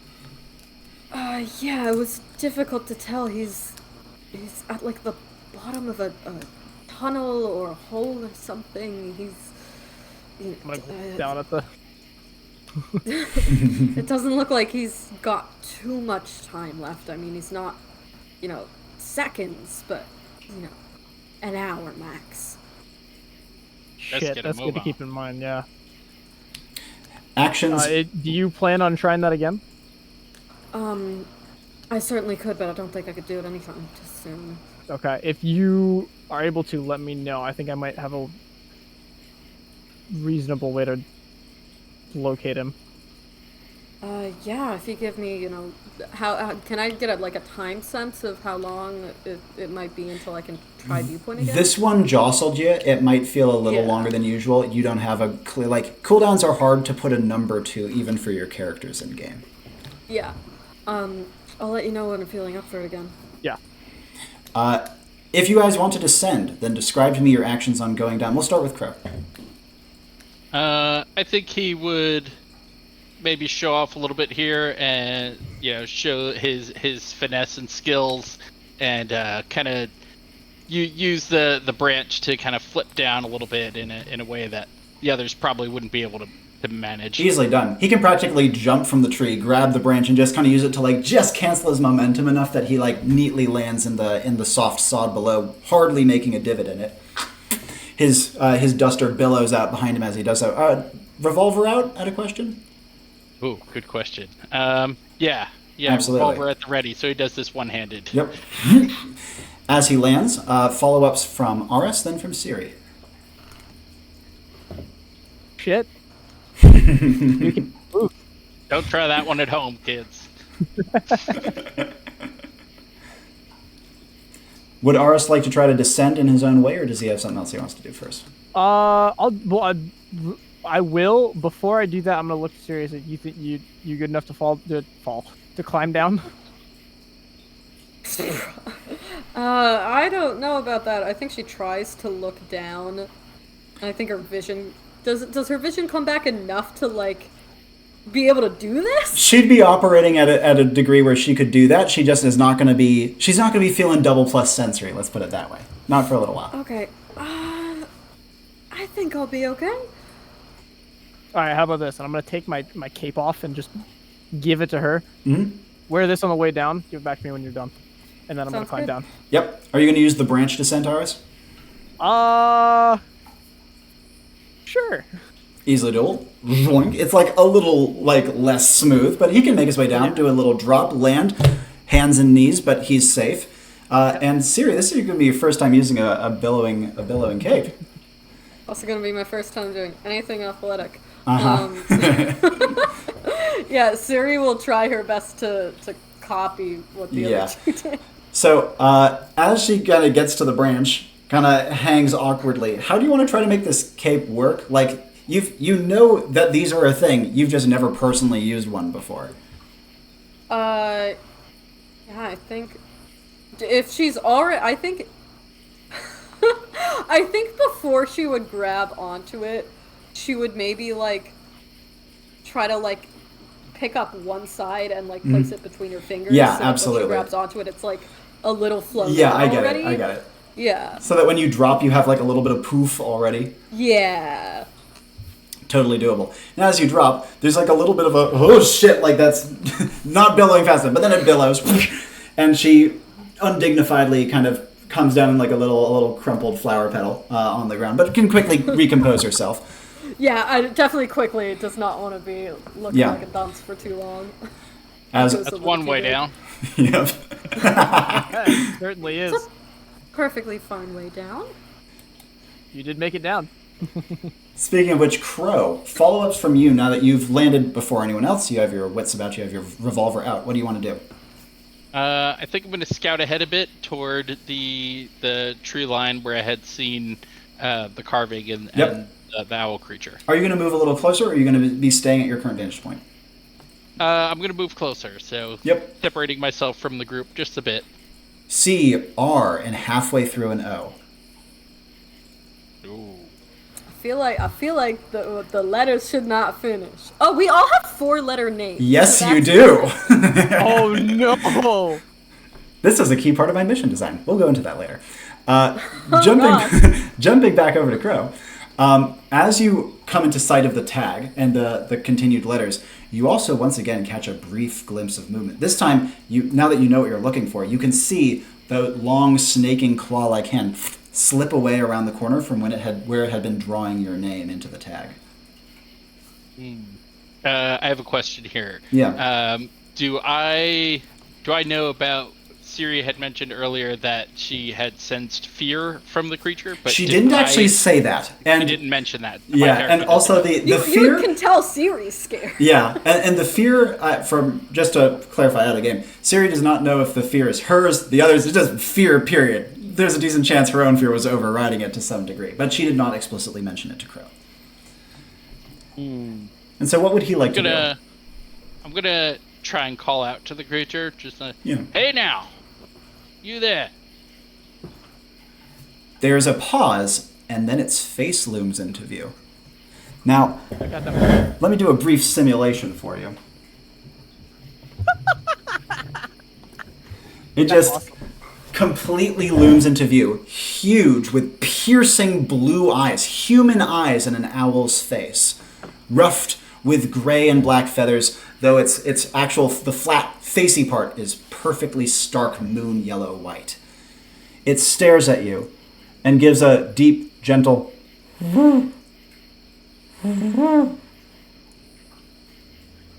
Rose could be pretty startled, but probably have his wits about him. But he's definitely never seen anything quite like this before. So, Aris and Ciri's attention would be grabbed by this thing too. But let's finish up with Crow here.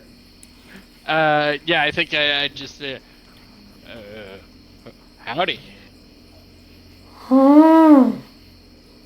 Its hand, looking dead at you, its clawed hand raised up. Its arms, by the way, almost look longer than its body. They're almost like telescopic or slinky-like, with no visible digits or bones in them.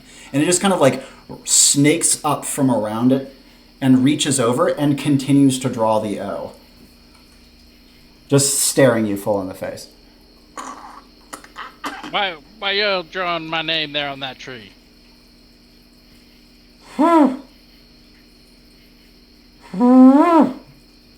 The O is finished. It brings its finger slowly down to do the W now. What would Crow like to do? I think you're gonna go on, stop doing that now, and I'm gonna point my gun at him. Its finger pauses for a moment, and then it almost curiously, like a cat trying to nudge a glass as close to the edge of the table as possible, it sinks its claw into the wood to start the letter. What do you want to do? Might look back towards my team and see if they've got any opinions. My eyes are wide, and my hand, I'm mid, hand out for the cape back, and my eyes are wide, not moving at the whole thing. And Ciri, any actions from you? Yeah, Ciri's gonna toss the cloak back to Aris, and then I jump. This would be less of a toss and more of like a yeah, just like a that. Take it. And then real quick, phantasm, so it looks like the W's already finished. Ooh, that's so sexy. Okay. The W appears, and you see that the creature, whose little claws dug in, it seems to follow Crow's eyeline and looks, and you see that its little owl head does like a little and does like a double take, and then it sticks its giant head close to the tag, and takes its claw, and the magic is countered and destroyed, and destroys the fake W. But you see it stares for a moment longer, and then it telescopes its neck above the tree line. And its huge eyes turn directly onto Ciri, and light illuminates from them like a car's headlights, catching her in the midst like a spotlight. And it gives another, and then telescopes its neck back down, and vanishes behind the tree in a puff of feathers. Did the W finish? No, it did not finish the W. That's something. Can I ask GM a question? Yeah, fire away. Were we told what Jones's original mission was? His original mission was to try to disrupt or somehow end the reign of terror that the Fusu had over the region with their regular killing of people. Okay. These aren't that though, right? Because they're shorter. Yes, they are. When it telescoped, it was about 3 stories. Oh. This is the first time you've seen it show off its full height. Wait, then this is. Oh no, this is the thing. This is the yeah, thing. That's the big guy. It was a very valid point before when you hadn't seen them at their full size, but now, definitely. I hadn't even thought about that. Holy. Now, Aris, any follow-up actions from you, having had your cloak flung on you in a little jerk of surprise? Yeah, I'd jumped 2 feet in the air because I was not even paying attention, and this of course. Giant fucking black thing got tossed on top of me. I gotta take a second to process all that. What the fuck just happened? Holy shit! Right. I got one plan. It's bad, but it's one plan. What happens when the names are finished being written? And why have we not found mine yet? That's very concerning to me. Because I don't know if Homeboy is even close to being done. And Or speaking is of there which, more than one? yeah, Crow. That's sure. Let's do a follow-up from you. The owl had done the telescope, the eye beam, and then telescope back down and pulled back behind the tree and vanished with another feather left behind. Your name is unfinished in the tag it was carving. Well, I don't think I like this thing writing my name on trees. And, gonna try and deface it somehow. How do you want to do so? I mean, shooting it sounds like it probably wouldn't do a whole ton. I'm just gonna put a single hole in it. I don't carry a knife or anything, do I? Well, you ever play one of those shooters that the bullet mark stays on the wall? Yeah. Could use a couple shots. Yeah. I might try to throw a couple of shots in it just to disrupt the pattern of it and make sure it's not hexing me. Where are you placing the holes, the bullet holes? You have, like, you can put it in any damn place you please. This is the easiest shot of your life. It's on a frickin' tree. It's pretty close. Yeah, he's done this plenty of times. Yeah. Shot at trees. I guess it would, like, how big of a hole are we talking about? I mean... are you using your rifle or your revolver? I'm imagining the revolver since that's what's in my hand. The revolver is not it's not small caliber. It's like decent, but it's still a handgun. So you can imagine. I'm going to say a full clip could make a letter, or not a full clip, pardon, a full barrel. How tall are we talking the letters? Like let's say, could one bullet completely obliterate a letter? No, it would take like at least 3 or 4. Would one bullet be enough to deface a letter enough that it's clearly not that letter anymore? Well, think about what you could add to a letter to make it look like, for example, another letter. So you have C-R-O. Like, where could you put a dot, like a big fat dot on one of those to make it look like something completely different? Yeah, it could be C-R-O-O, could be O-R-O. Yeah, I think I'd just blast the...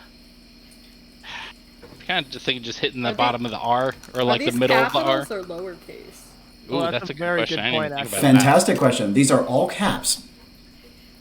Oh, that makes it... I had an idea. That didn't... Detour, while you're thinking about this, bopping briefly back over to Aris after his minor freak out, then we're going to try Siri. Any immediate follow-ups from him? Crow is obviously a little ways ahead of the party, but you guys now have like a very clear view. So Homeboy, like, just, like sucked himself back in and, like walked away? Is that what... So, is that what pulled behind the tree out of sight, even though these trees are big. It's not. These trees should not be big enough to conceal one of these creatures clearly magic afoot. I'm gonna go walk towards the tree. Yep. And just kind of see if I can't investigate, maybe magically investigate. I don't. Yeah. Aris's heart beats in his ears as he gets closer, and he now too sees the black downy feather on the ground by the base of the tree where it was. Actually, as I get over there, because I actually did want to do this, I just forgot that happened. I want to go look at the feather.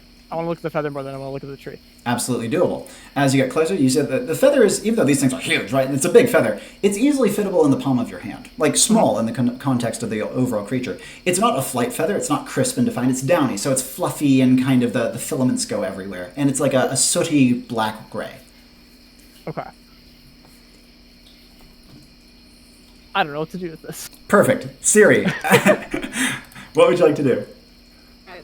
Here's my convoluted plan I got for you. Okay, so Siri's scared out of her mind. She's gonna run and hide in a corner somewhere. She's gonna like wave at her friends and then go like duck under a leaf or something. You're on the edge of the valley slope is going down, so you could tuck yourself into like a dell created by tree roots or something if you wanted. Perfect. Then she wants to, if possible, the level up that I took allowed Phantasm to be solid to a certain extent. Yep. Sorry, just bumped everything. No problem. She would like to Phantasm herself and her friends, and then give her Phantasm self her spare fan. Ooh, that's quite interesting. Yeah, your Phantasm, we're using the tissue paper analogy. Your fan's light enough that tissue paper could hold it up. And so you're creating like one copy of each person? Yeah, I'll have them be like close together so they can kind of move as a unit, so it's a bit easier to control. Absolutely. And we like the phantasm would be selectively tangible, so because of that, you could even have them like move with the person until you need them to separate. Yeah, and then just kind of have them be like walking around and like she's tucked behind and she kind of like is like everybody get in like a decent hiding spot. And then has them kind of walk around. Oh, real quick. As Syria is opening her mouth to speak, she sees a shadow blot out the world around her, and her phantasm vanishes with the fan falling to the ground. You don't even hear the air move, but you can see gouges have appeared in the ground. We can, or just her? Oh, this is just her. Your backs are turned to her. She was doing this behind you guys. Hate that. She's gonna... She screams. She's scared. Siri gives off I don't think this has happened before. No. Siri gives off a blood-curdling scream. The other two, assuming they whip around to look at her, would see her like a ways back near where you guys landed on the ravine slope, tucked into a little dell. You would both also pick out the two huge gouges in the earth a little ways in front of her and her fan loose on the ground. She does seem completely unharmed, though terrified and tucked away. Immediate follow-ups from Crow or Aris. You do not see any movement whatsoever. I'm gonna like walk towards, like cautiously approach that area. Yeah, and as you do so, off in the distant woods, you hear a shriek. A primal, animalistic bird scream that splits the air of the night and causes the feathers the leaves of the trees to quiver. There is no mistaking the fury in that scream. What did I do? Oh shit. I had a... Okay. I'm so sorry.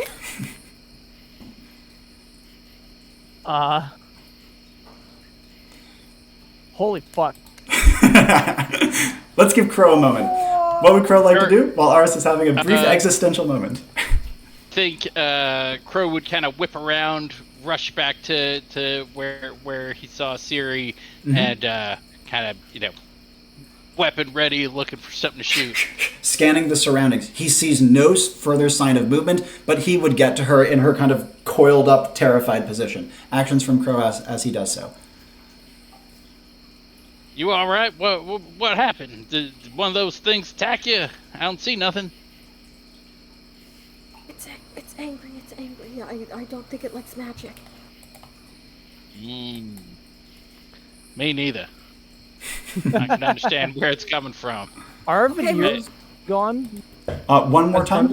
Or the veneer, or the ghillie suit veneer, is that gone? Oh, yeah. At the very least, while Siri was deeply distracted and terrified, veneer does not take active upkeep. And because of that, your veneers are still good. The phantasms she created as copies of you are completely fucking gone. Those are gone. But the veneers are still active. Interesting. Okay. I'm going to walk over to the other two. Absolutely. Crow, any other follow-ups after saying this? Well, I reckon we might want to not use too much more of those magics unless very subtle. I actually did want to try something, which might test that theory. Yeah, what does Aris want to do? Your funeral, pal. No, I say this out loud to the group. Yeah, absolutely. Crow has that good response too. I'm so sorry, I missed the response. What'd you say? I said your funeral, pal. Well, we'll find out, because I mean we haven't. I don't have a gravestone yet. I'm gonna start. Needed fan break. I'm gonna take the feather. Yep. And I want to try like the past couple times that I've used viewpoint in like the demo stuff. It's been more of I marked this individual, and then at any point I can just kind of like switch between them. Exactly. So I just kind of like identify that person. Mm-hmm. But I want to try casting it on the feather. Trying to tag the feather's source, I'm guessing? Yeah. Using what I'm holding. Absolutely. Normally, of course, viewpoint requires like you to be able to see the thing that you're doing is. But this is, you've not only recently seen what left this feather, but you have the feather in front of you. I'm not going to make you work for it harder than that. Yeah. Your vision is fascinating. You see the world completely differently. It's so crystal clear despite the darkness. Not only that, you can see the movement of the air, the vibrations. You can see every animal because of the noises it makes. Sound is visible to you. And also, you can see that the three of you are being looked at, observed carefully down to the most minute detail. Its eyes scan between you, but they are mostly focused on Crow.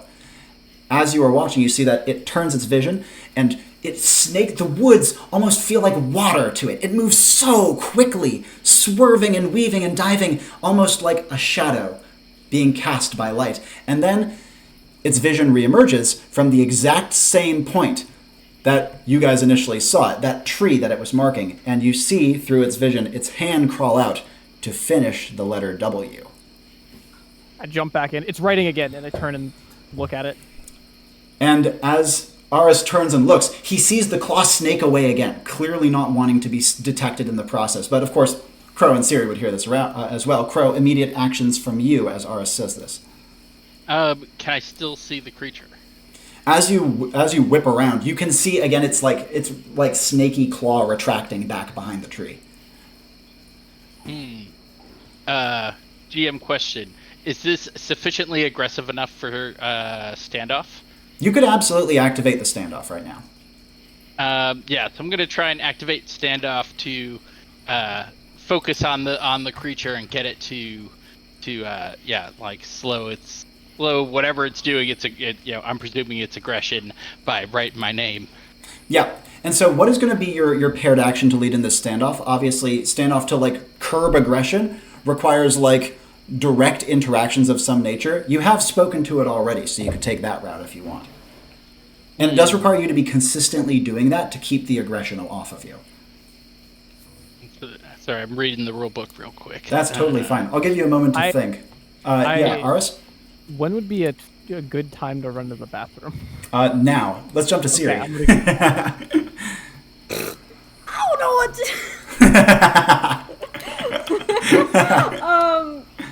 Yeah, Siri's like full... I think...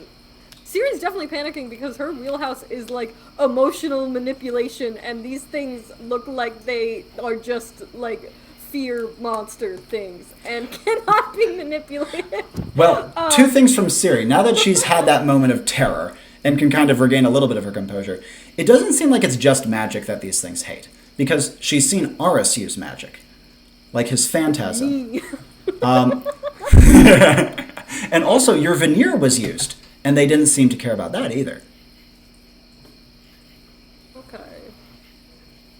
Oh, and your viewpoint. You've been using magic all the time. They might not have known about the viewpoint thing. Definitely possible. But think about why else they might have been absolutely livid by this phantasm. Because at the end of the day, it seems to be just this thing, this one instance where it attacked you and then vanished without a trace. And also, why has it waited until now to attack? These questions would be racing through Siri's mind, whether she wants them there or not. Because if these things can move this fast and this precisely, you would have been dead a long time ago.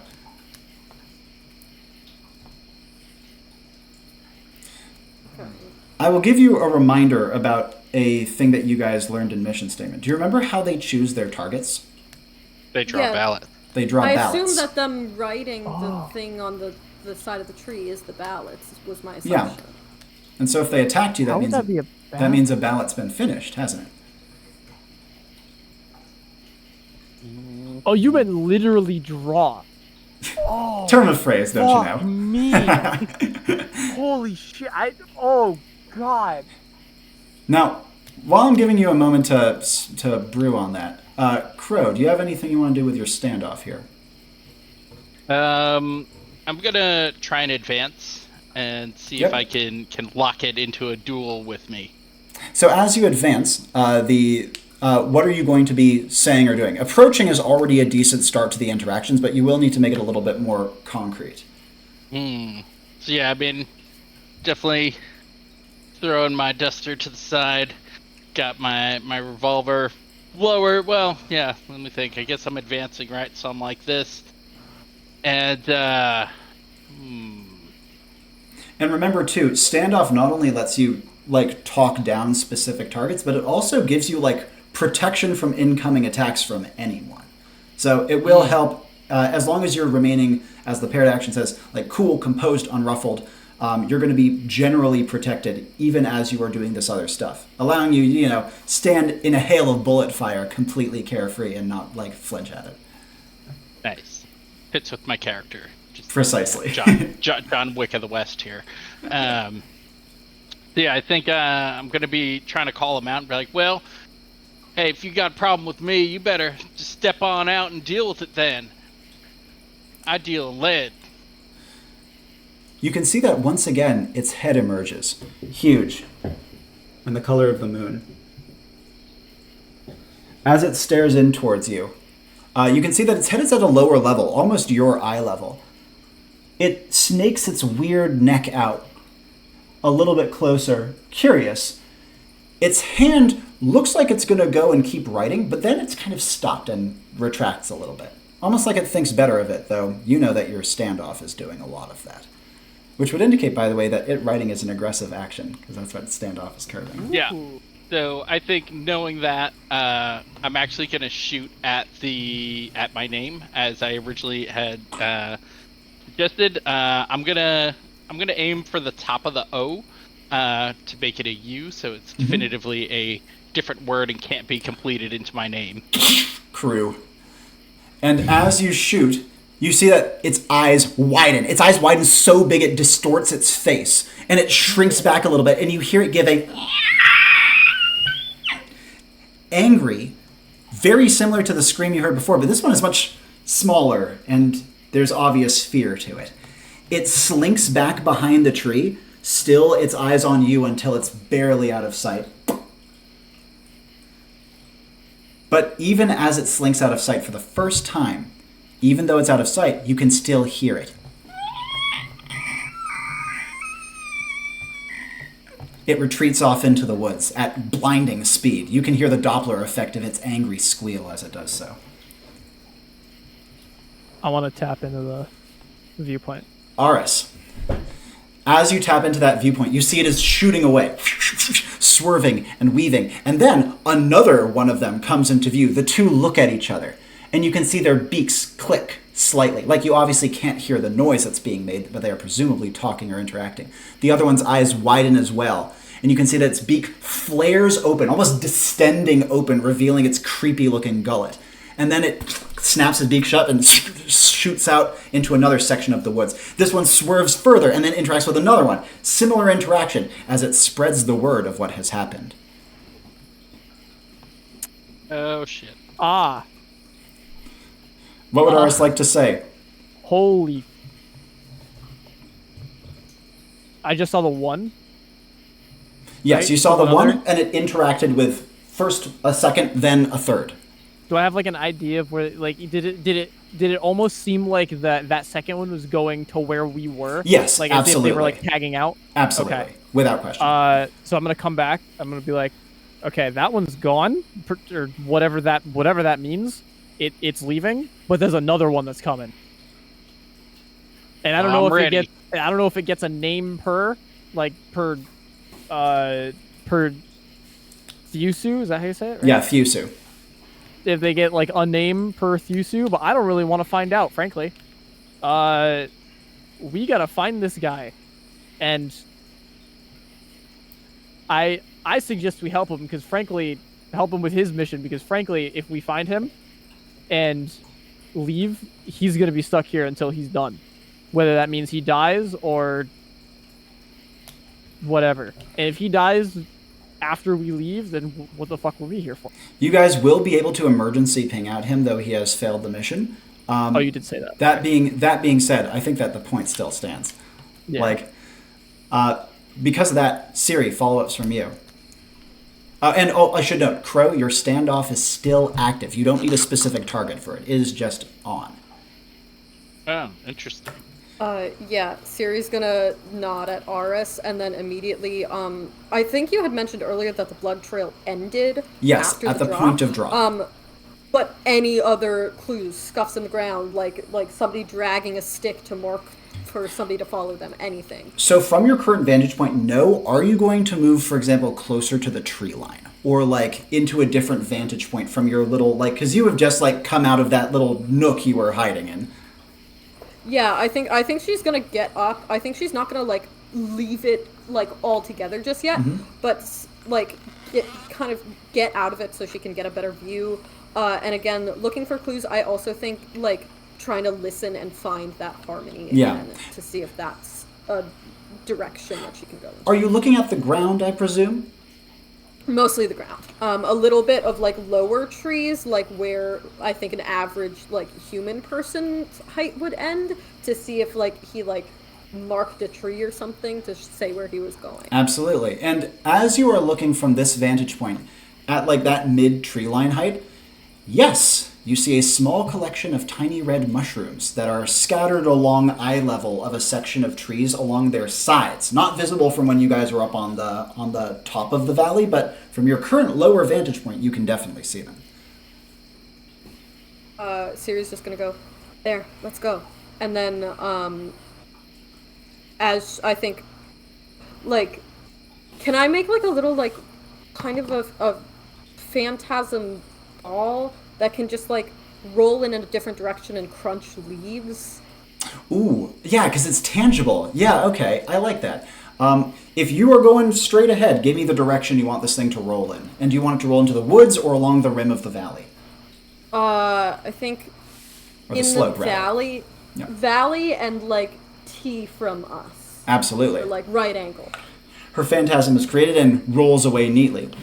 And the leaves crunch in like just a gentle enough way that they are audible over the quiet night.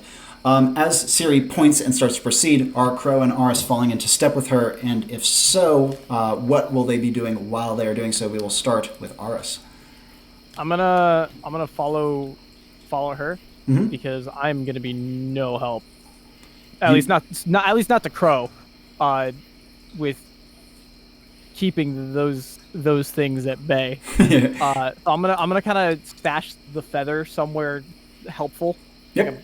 I probably have like a pouch or something. Yeah, perfectly Stash fine. it there, and then I'm gonna follow her into the thing with the cape, kind of like, kind of more like a cloak almost, like around my shoulders, just so that that's just like the protection. Absolutely doable. You would also see that line of mushrooms at eye height, by the way, now that, and like, it's the sort of thing where you're like, oh shit, there's where it is, because from no other vantage point you were at previously would you have been able to pick this thing out. Gotcha, okay. And Crow, following as well. What would you like to do? If not follow, something else? I think the first thing I'm going to say is something to the effect of, well, time for pussyfooting's over. Next one I see is getting one between the eyes. And I still have standoff active, but I know that one is on the way because Aris said that, right? Yep, exactly. And you do have to keep up the paired action if you want to maintain the standoff. But I do know my teammates are also walking away. Yep. Sorry, what were they walking towards? They're walking into the woods, following a clue that Siri pointed out that Crow has not yet seen. You can maintain standoff while moving. You just have to be moving in a way that comports with the paired action. Yeah, can I kind of follow up the rear for them? Almost kind of walking backwards a bit, kind of backing away slowly with my gun trained up where I think the threats are coming from. Absolutely. Again, this is the sort of thing that someone without double plus skill, single plus reflex could definitely not do. Walking backwards in woods is a recipe for a trip. However, as the group of you make your way into the woods, Siri actually now can not only see those little red mushrooms scattered, they're scattered in a couple of places, but also the blood is back. As is a human-shaped gigantic scuff mark on the ground, clearly where he had been like picked up, flown, or flung, and then dragged for a bit before regaining his feet. There's a huge blood spatter in this area as well. As you proceed a little ways further, you make your way over, or in this case through, a fallen tree trunk that was split in half with blood stains trickling through it. The split looks recent. And then a couple more steps from that, around a mossy boulder, coming into view of the massive stump of a long downed tree. It's as big as some small houses. Its roots come up beyond your eye level, billowing and spilling out like the folds of a curtain. As the group of you come, and also I should note that this is a clearing, this area, and besides for the stump, and as such there's a lot more moonlight in here than before. Now that you are here, what would you like to do? We will begin with Siri because she's the first one entering into this clearing section. And if you had any actions you wanted to take along the way, we can do that as well. Just had a train of thought, and so I'm a little lost at the moment. But yeah, so we're in a clearing that we've followed, like the mushrooms and the blood too. Yep. What did you say? Is there any like initial things that we see? I know Siri, when she was like looked in the viewpoint to see the guy, like it was through some sort of like hole or tunnel. So I guess she's looking out to see if there's anything like that around. There's no doubt in her eyes. The stump of the tree. Oh, awesome. There's zero question. Did you already describe that, or Pardon, yeah, in the center of the clearing there is a colossal tree stump, like bigger than some small houses. Okay, does it look like there's any like entrance it's very, very entrance point. Many of them. Oh, it's awesome. hollow. It is completely hollow. You can see that from here, though it's absolutely suffused with litter and crap. But also, now that you're looking a little bit in, the inside is covered with layers upon layers of fan-like mushrooms. Additionally, on the outside, you can all see a long pentagon shape, at least 10 times the size of any of the ones you've seen written thus far, that has written in it J-O-N-E. Partway through an S. Got a long name. 5 letters. Yep.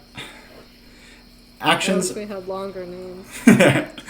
Actions from Siri upon entering into this clearing before we jump to Aris and then Crow. If you need a moment to think, that's totally fine. You said you had a train of thought. I have a train of thought, but I don't think there's anywhere to go with it, which is just Siri can legally change her name right here, right now. To like Tabitha or something with a bunch of letters. But I don't think there's actually a way to do that. And then I was like, well, I haven't explicitly said my backstory. And then I was like, I'm not going to make up some dumb backstory where I know. I mean, I have the right to say that a piece of backstory is too convenient for a situation, but like, you're welcome to try it. No, I'm not. I wouldn't be comfortable with it. Sure. Yeah, I think just... Have there been any signs before, like, the Fusu kind of, like, appear and disappear? Is there any sort of indication of, like, a certain sound or a flash of light or some sort of, like, preemptive thing to say when they're going to show up? The first thing that you have seen is... The only thing that you've seen thus far is when they disappear, they leave a feather. That's the only thing that you've noticed. Okay. I just keep an eye out. Now, before we go further with Siri... Yep. While we've been walking through the woods... Yeah. Now I just have the Shia LaBeouf song in my head. Have we come across any other letters in Jones's name? From the observations that we've had, it looks like Jones had already gotten to a physical altercation with these people before ending up at the stump. So his name they must have tried to write his name multiple times. A frickin' brilliant question. Yes, you did see several partially finished tabs along the way. They would be at like J or J-O or J-O partial N, but they always would stop. And also, that's where the red mushrooms appear, on those tabs. Oh, that was going to be my question. Speaking of which, awesome. Let's bop over to Aris. Now that Siri has asked that question, we can establish that you've all noticed this as you've been walking through as well. Aris, actions that you'd like to take, first, retroactively while you were walking through, and second of all, upon reaching the clearing with the giant stump. Well, I don't know how physically close we are. I imagine me and Siri are probably You're pretty close. Like distance-wise, closer than me and Crow. I think Crow is a little further back. Yeah. But I imagine we're probably pretty close enough for me to say something out loud and for the whole group to hear. Easily. You could even whisper it. You guys have very high sensory. Okay. I'm just gonna kind of say, you know, I think you might be the only one with a finished name. So this might I have something I want to test, but I need a finished name first. Because I want to know what happens if we go fuck up the finished name. Do you think that'll maybe stop whatever's happening? And obviously, if Homeboy is right here, which who knows, the almost finished Jones is probably telling me that he probably is. So maybe we wait before we go test this and we make sure that he's okay. But I think that we should probably try that. I don't think that's a crazy idea. Also, just to note, yeah, he was attacked, so his name was finished at some point. They don't attack until the name is finished. Oh, so he must have already come to the same conclusion then. And they kept trying to make new ones too, Siri. Yeah. That's very interesting. Okay. So basically the theory is proven then, for the most part. It's just a matter of we gotta go back and scratch him or something. I am still very concerned that I haven't found one with my name on it yet, because if they come after me, we don't know where to look. Did you say you were an orphan in your backstory? Yeah. Maybe you have a different name than you think. If that was the case, then would we not see another random name? Potentially, or it could be that you have no name, if something along those lines. This conversation, by the way, is out of character because Siri would not know that he is an orphan in character. That's true. I want to bop back over to Crow. He has backed into the clearing as well. As he has been walking, he alone of the group has detected movement. Following behind you, they are flitting. There's at least two of them, unless there's one that can be in two places at once. Now, for the first time in Crow's experience, they are not trying to hide their movement from him, though they are still unbelievably quiet and stealthy and quick. His standoff is still active, though it is starting to get quite taxing to maintain it on a magical energy essence level. What would Crow like to do as he backs into the clearing, having seen the flitting movements of the Fusu following you through the woods? I think I'm gonna drop standoff in preparation for following up with my teammates now that we've synced up again, but making them aware, like, hey, I think they're still out there, but they ain't attacking. Should I shoot them? I should note, Crow, you notice the moment you drop standoff, you can't see movement anymore. Oh no.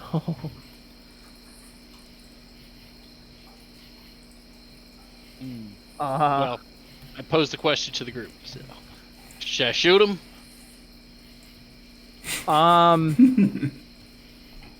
Absolutely not. It didn't seem, when you shot the tree, it didn't seem particularly scared of the bullet, right? It was more concerned with the fact that your name was gouged, rather than it being scared of the bullet. So I don't know if it cares if you shoot it. Right, so, but can't imagine like one in the eye. I mean, you're probably right, but I'm not sure. We can certainly try. I wouldn't soon, though. Not yet. Not until What about our man? Y'all have a theory? Does anybody have a knife? I mean... You know, Crow, you mentioned this earlier, saying, would I have a knife? This is going to be one of those cases where normally I would be looking for something like a luck pitch or something like that, but your backstory, there's no frickin' way that you would not have a pocket knife. I'm just going to take it. 0% Yeah, I was wondering chance. if that would be like a common item kind of thing. Normally it would be, and I think if we want to use it regularly, I'd want it as a common item. In this case, though, it just makes too much sense. Okay. Like, well, got the switchblade here. Give. Can I see it? Here you go. Pass it over. She like, they're watching. They gotta be watching. I can check if you want. Whose name you gonna rat? We don't really know their name, but just say all of them. They're probably gonna try to kill us as soon as I try this. But what if you just say, sorry. Worth a shot, right? I mean, we don't know. They probably have individual names, and so this isn't gonna work anyways. Because just rat Fusu for all I care. That's what I'm thinking. Yeah, Unless Aris. Yeah. You said that, or do we know that Aris? I could identify that Aris was using Viewpoint. Yes. We established that absolutely. Earlier. Yeah. Aris, I presume you cast Viewpoint on one of the Tycoon? Yeah. Can you try to use that to figure out their name? I'll try. I'll see what I can find. I don't know if I don't know. So I take the feather out, and I try to focus, like, real hard on not the feather, but actually, you know what? Yeah, on the feather, to see if I can't find any like identifying features about this creature before jumping back in. It would be like trying to learn someone's name from looking at a thread of their hair. You obviously have magic in your corner, but you're going to need to jump through some serious hoops here. So because of that, what else do you want to try in regards to this? I'm gonna go over to the to where it's like Scratch Jones and like the pentagon. You said? Yeah, it's like a long like a rectangle with a triangular end, so like a long pentagon. Okay. Are there any like I don't know? It's like a claw. If it's like whatever the like material the nails are made of, is like any like chips or whatever that. Ooh, excellent question. As you come up to the base of the tree, by the way, you can hear that inside there is the faint sound of music. Very faint, very gentle. It was even your good sensory stats don't pick it out until you're this close. Okay. However, yes, you actually can see a sliver or two of claw fiber. So gross, but I'm gonna grab them. Pick it off, fingernail clipping practically. Yeah, exactly. And I'm just gonna try to like hope real hard that these are the same one, and and try to see if I can't like identify maybe not necessarily the name, but like how do I like phrase it? Like the magic like almost signature, right? Yeah, this is a big thing you're working on here. Yeah. This is a tough one to figure out. I see what you're going for. Give me more, or take your time to think about more on how this would lead to a magic signature. You know what I mean? Kind of like, you're almost kind of like trying to radiocarbon date something. Yeah. You know? But yeah. How exactly is that going to feel magically? What are you going to specifically cast on it to make that happen? Like, I see what you're going for. I like it. There's just a couple of big gaps that we need to clear. You know what I mean? Give me a minute to think. Absolutely. Take all the time you need. Let's jump back briefly over to Siri, then back over to Crow. Siri's probably not gonna. Here's my thought. I really do want to try the scratchy scratch tree thing. See if I can assassinate one of them through it. Mm-hmm. However, I do not want to risk just saying the name of the race. Yeah, because Fusu. I think as soon as Fusu. Because I think as soon as you put a letter in the tree, they are going to try to kill you. So I want to have like a surefire like this is a specific one of their names, and whatever. So I think in the meantime, just Crow, do you want to try to head in, see if we can find the guy? I mean, good times any, right? Right, I could do that. Go ahead and take a look. As Crow approaches the base of the tree with the entrance point, he can see that the entryways are all so thickly covered in layers upon layers of mushroom that it's like there are doors there already. And as he gets up and touches them, he finds that they are pliant, right? And he can kind of peel the flaps apart, but they are quite heavy. Almost like, imagine washing but not drying duvet comforters and layering them on top of each other. Okay. I think I'm gonna try and carefully push through, gun drawn in one hand, as much as possible. Try to do it one-handed, and peeking through with the gun. And as you peek through, two things hit you. First of all, a pungent smell. It smells. How to describe this? Imagine carpet-flavored ice cream with extra sugar. Delicious. And additionally, your ears are greeted by beautiful music. It sounds almost like imagine kind of smooth jazz with a little bit of electronica mixed in there. Gentle, easygoing, nice backbeat, that sort of thing, multi-layered. This room is full of mushrooms, absolutely packed with them. It's so thick, it's like a hoarder's house. You can't maneuver barely for the thick aisles of mushrooms. However, you do notice two things. One, the ceiling of the room, the mushrooms get fainter the further up they go, and the ceiling of the room is created of several folding fans of mushroom that are currently open, displaying the night sky. So you do have light. And second of all, you can see that in the midst of the mushrooms, cushioned and bound up with them, blood spilling and pooling about him, is a small man. He's probably less than 5 feet tall. He is wearing a gigantic mushroom cap, like a sombrero, on his head, and is wearing a pinstriped dress shirt and khakis that are absolutely drenched in blood. His left hand is missing. His guts are open to the sky. His shoulders are gouged out, and his arms can barely move. But the one thing he can seemingly do is he is strumming the gills of his mushroom hat with his fingers, almost like he's playing a guitar. I do just want to say the amount of people who look like him at the local Renaissance fair. I mean, not the blood, but the general outfit and vibes. There's so many mushroom people. As you enter, you hear, "Come to finish me off, have you?"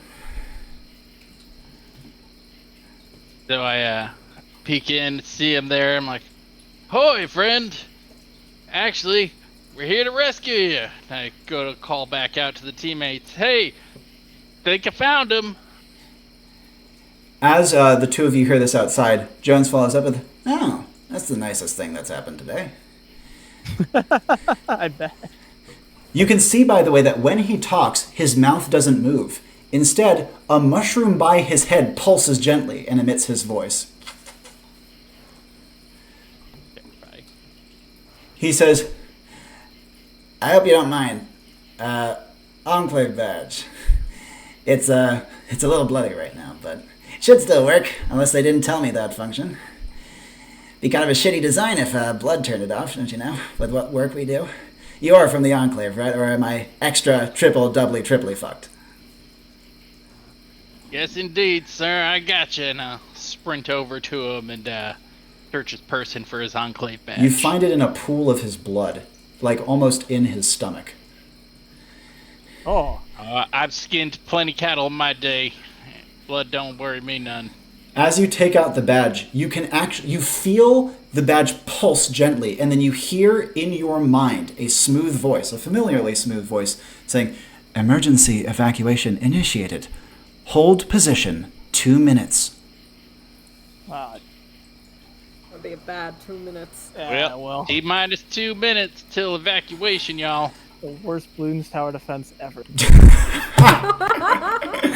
Jones's mushroom says, 2 minutes? I think I can convince myself to stay alive for 2 minutes. Maybe.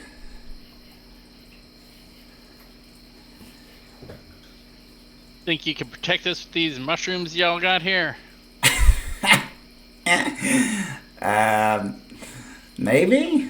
If you have any internal hemorrhaging, I might be able to help with that. But did you pack one before you left? No. Says, shame. Yeah, right now I'm on the internal hemorrhaging and easy listening front. Helps me relax, you know. And right now I need to relax. Fair enough, then. And back out to Siri and Aris. You've heard Crow call out the 2 minutes in particular. And as he says this, out in the woods. And then another one from a different direction. And then from another direction. The forest is coming alive with the deep, throaty calls of the Fusu. Aris, can I help you try to find that name?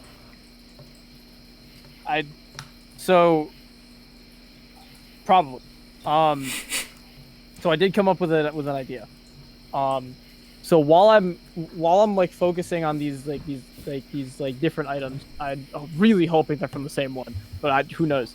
I want to like almost like magically like dissect them, like you would like dissect like a frog in like 5th grade or whatever. I see. And just kind of like pull them apart as much as I can to see if I can find like if they are like at the very core, if they are the same, and if that essence is the same. That's brilliant. And okay. Obviously, it's really fucking hard, so it'll probably come out not great. But what magical tool are you conjuring to dissect this? This would be a manifestation, of course. Does it feel like a scalpel? Does it feel like strings? What does it feel like or like how are you using it, and how are you like creating this little tool? I mean, I could just use the fan. Beautiful. We love that sort of solution. Using the blade of the fan. And as you start to gently slice these apart, you see them kind of gently tethered together by thin layers of energy. They even float gently in midair as you do so, and are starting to kind of like piece together and look for where you can see patterns between the two pieces. As Aris is doing so, Siri, actions that you would like to take as the hooting grows louder and louder. More powers. Is viewpoint off recharge? Yes, you have viewpoint.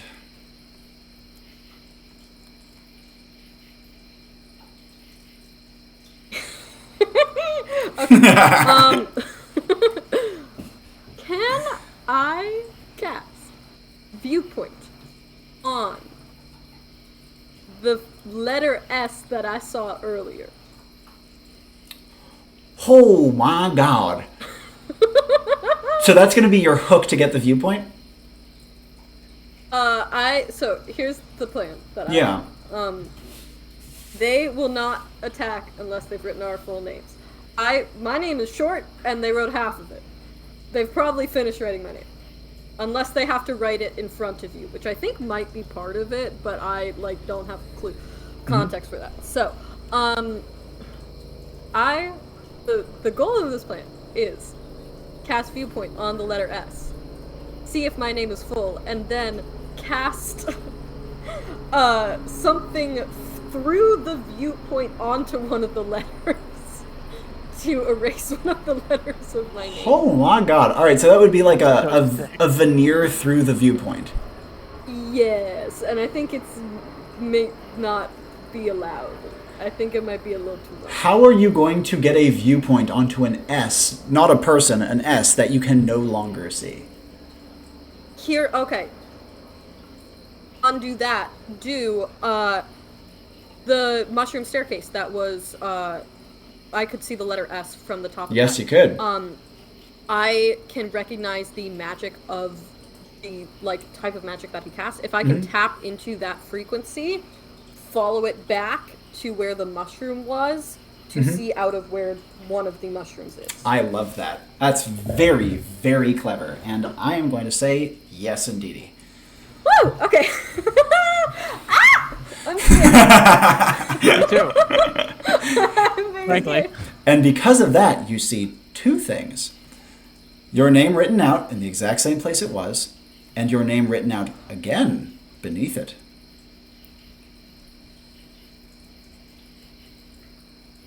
What the fuck?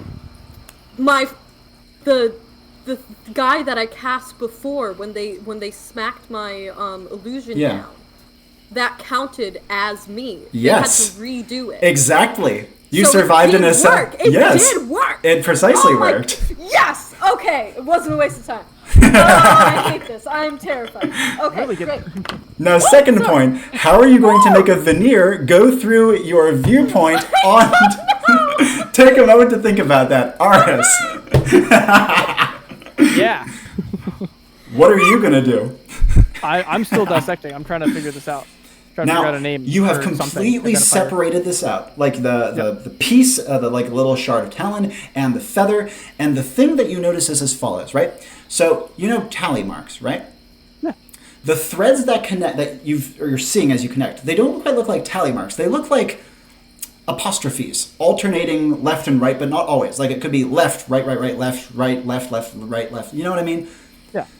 So you notice that these things seem to be held together by what I'm going to call alternating apostrophes of energy. Okay. You can see the pattern. You can quickly memorize it. It's not a particularly long pattern, but it's like, at least like 18 apostrophes long. Oh, wow. That's a lot. Okay. Yeah. And it's just the one? Yes. You see that this pattern is replicated across both of these two items. Okay. I'm going to try to jump out as fast as I can. And pardon, you're going to try to write out or jump out of the viewpoint. Oh, I see what you mean. Person. Yeah. I guess it wasn't really a viewpoint. It wasn't really a viewpoint. Yeah, it was. That's what I was confused by. Yeah. So you weren't really using viewpoint. It was more like you're effectively using like a manifestation on what you had been doing right now to split it up and try to see a pattern. Okay. Yeah. No viewpoint used. That's totally fine. You have your fan. Yeah. What are you going to do from here? After dropping this manifestation, the feather and the shard fall to the ground. Siri, give me the knife. Oh, muted. Hit it. Go. Knife. I take the knife. Yep. And I'm gonna like bolt to right next to where Jones is written. Yep. I'm gonna start going at it as fast as I can because I don't know where they are. Now, what are you going to write first? Are you going to first of all? Are you going to draw the pentagon? And if so, are you doing that first, or are you going to just write out the pattern?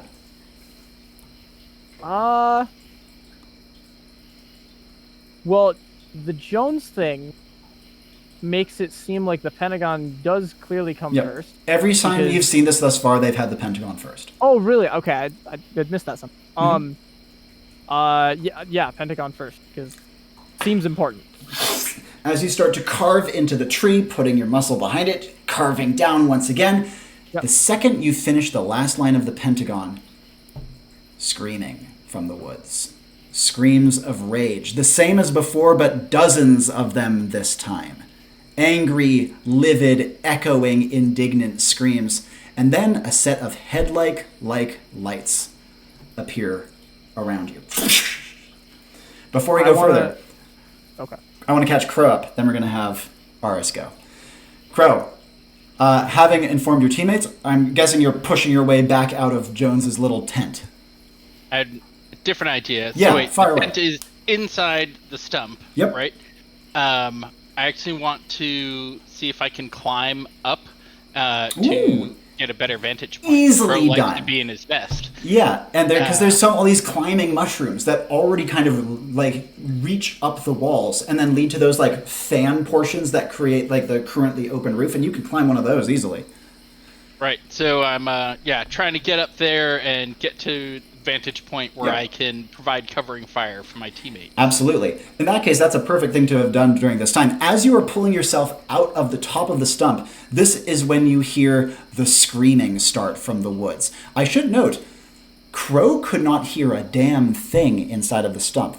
Every sound, even the talking of his allies, was muted entirely despite his better than average sensory. But as he breaks the top of the stump, chaos. The hooting and screeching and anger from the woods, and from his vantage point, he can see shadows flitting across the trees.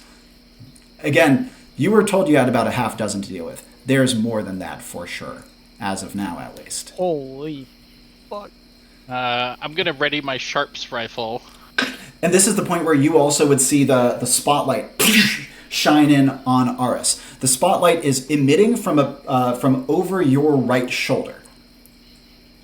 So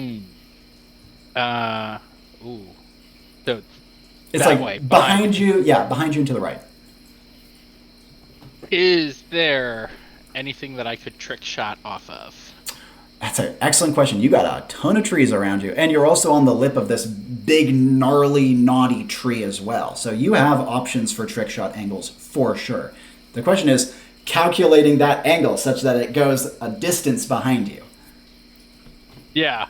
I mean, I think that's I sense it behind me. I can see the light, which I think is going to be what I'm trying to follow. And I'm going to line up my shot to trick shot directly behind me into that, into the light. So, in terms of what you're bouncing it off of, do you want to bounce it off the body of a tree down below, which would give you like a lower bounce angle? But or do you want to try to bounce it off the stump nearby you, which is obviously a lot tighter? Like a little bit of a misstep in terms of your aim will make it go wildly off. Or if you want, you can try to like look for another potential hard surface to shoot it off of. But those two tree options are the most likely by far. Yeah, I think I was kind of imagining like a taller tree top that could bounce off of. That we said the trees were quite tall. In this area. Yeah, I see what you mean. As the trees get taller, the branches do get quite spindly, which makes it a lot harder to get a good angle to bounce with a trick shot. That's why I was kind of indicating a little on the lower side, particularly because this stump is so big, it like gets to the height where most other trees are starting to get small and spindly. Does that make sense? Yes. Well, I guess a smaller tree should be fine because this thing is 3 stories tall, right? So it's quite a ways above me. So yeah. I'm actually shooting down to angle it back up behind me. Brilliant. It's a wild shot, but we have magic bullets, right? And are you going to rip the trick shot immediately, or is there anything else you want to do to prep for it? No, I think as soon as I see that light pop on behind me, I know there's something coming, so I'm going for the trick Calculate shot that trick shot and fire off instantly. Now, as the sound of his rifle cracks through the air, both Aris and Siri would see that as Aris is like immersed in the light for a moment, suddenly the light gets about half as bright, and you hear another shriek, this time of pain. The light flickers off. Oh. Okay. Immediate reactions before we go further with them. From Crow, after pulling off the trick shot, what does he want to do from here? I think I'm just going to immediately go into target scanning mode, getting ready to take the next shot. Yep. Fortunately, your allies are both on the same side of the tree, which you are easily overwatching from your current position. From your vantage point, you can see, again, at least 4 or 5 flitting in the trees around them that are like in the relatively close proximity. Are you going to take pot shots, or are there other things you want to do or try to observe, etc.? I guess I'd be looking to see if there's any environmental things that I might be able to take advantage of. But yeah, I guess it would depend on what I see. Yeah. So first of all, remember when I said that you entered like this clearing around a large mossy boulder? That's one big one. That's a great trick shot angle now that you're looking at it. This is on like a different side than you initially reacted to, hence why it wasn't relevant for your initial trick shot. But that boulder not only is the hardest cover around here, but also gives a lot of nice surfaces to bounce. Second thing that you notice is that, like I said, this giant stump is in a clearing. And because of that, there's like a big empty, like, not big, but like there's a gap of space that is between the tree line and the stump. And as you've seen, these things don't like to be seen when they're attacking. Because of that, even though you can see them kind of shifting in the treetops, none of them have yet made a play to leap out towards your companions. Okay, so noticing this, I might call out to my companions, hey, how about we circle the wagons? Maybe they can't get to us if we're, if they can't reach us. And I don't know what that phrase means. Sorry. Out of character. Circle the wagons is something that they used to do in like Western times. They'd put all the wagons in a circle so that they could stay safe in the middle and have kind of like a... everyone looking out in every direction. Okay. Yep. Gotcha. Yeah, I actually think like it's going kind of all back to back sort of thing. I think it's okay if Aris actually says he doesn't know what that means in character, and Crow can respond, go back to back and be looking in every direction in character. Because of that. What does that mean? Yeah. So I'm like, go back to back, you fool. Yep. And did you get the response, Aris? Yeah. Oh yeah. I'm a little busy. Can Siri do something in response? Of course, yeah. Okay, yeah. Siri, I don't need to scratch out my name anymore because I know my second life thing works now. So want to do a big one, as big of a phantasm as I can get away with, which I will make myself so tired and so dead. And you can make big phantasms. Awesome. I want to make as many copies of the 3 of us as possible in a circle around the tree, and I specifically want Aris to be copying what Aris is doing currently. I see. Names into the tree. And what's your paired action for this going to be? Obviously, you want a big paired action for a big use of Phantasm, but it can follow the lines that a Phantasm would normally want. Yeah, I think closing her eyes, visualizing it, and kind of like raising it up from the ground, and then her like falling to her knees, because I do think this is a bigger one than she's cast before. By far. So I do think it's so I think it's especially like the detail of it, of having each of the Arises move their hands as Aris is moving his hand. So I think she sort of has to like sit herself down and make all these other ones so that she can really focus on it. Now, two things. First of all, are all of the crows going to be around the lip of the stump where he is now, or are they going to be on the ground? I know I want all of the Arises to be doing their things. I think Arises are all doing the same thing around the circle. Ceres and crows are alternating, so same pose of Ceres sitting, crows are standing, but like crow up, crow down, crow up, crow down, crow up. Absolutely. Yeah, kind of like that. Now, as Ciri is mustering this massive effort, Crow, like, Aris is a little in his own world and also is more used to illusion magic, but Crow would be witness to, like, it looks like a field of corn growing before his eyes. Just copies of you all blooming up around you, taking the same poses. And additionally, Crow would be a little more alert to either Ciri or Aris due to their respective focuses in the moment. The second these appear, all that angry screaming and hooting would kind of die down, and quiet would fall again. Additionally, you see spotlight eyes starting to pop up out of the woods at different points as they kind of like scan the crowd. Like focusing on one and then moving to another, then moving to another, and then moving up to near where you are on the top of the log and then moving across. Hey, Aris, did you ever happen to say that thing about the sound thing that you saw? I don't think you did, but... The sound thing of it? Remind me, I don't remember... You specifically, and then I don't think you told anybody else, so we don't know this knowledge, but, when you saw through the, viewpoint. The viewpoint... I didn't say that. Yeah. There is sound cues to let them know which ones are the real ones. So... This isn't gonna work as good as I thought it would, but that's okay. We have like a minute left. Is Ciri like nearby to where I am? Yes, she's actually quite close to you. Ciri is actively doing this. And even though I described Crow as being aware of this happening first, Aris would be aware just a moment later because he was focusing for the moment in his process of finishing up carving in the pentagon. So I'm gonna. You hear the eerie silence fall as well. Of course. Yeah. While I'm doing that, I'm gonna stop for a second, and assuming Ciri is like close enough to be within this sphere, I don't really know which one this would be, if it would be Veneer or Phantasm, but I wanna like throw my arm up and see if I can't like create like a mirror bubble around like us to just kind of reflect whatever light is around us. In case the spotlights come in towards us and bounce off, it would reflect all of the people that are around, like the phantasm around us, so that they can't see within where we are. I would call that a phantasm. Identify our location. Yeah, I would call that a phantasm.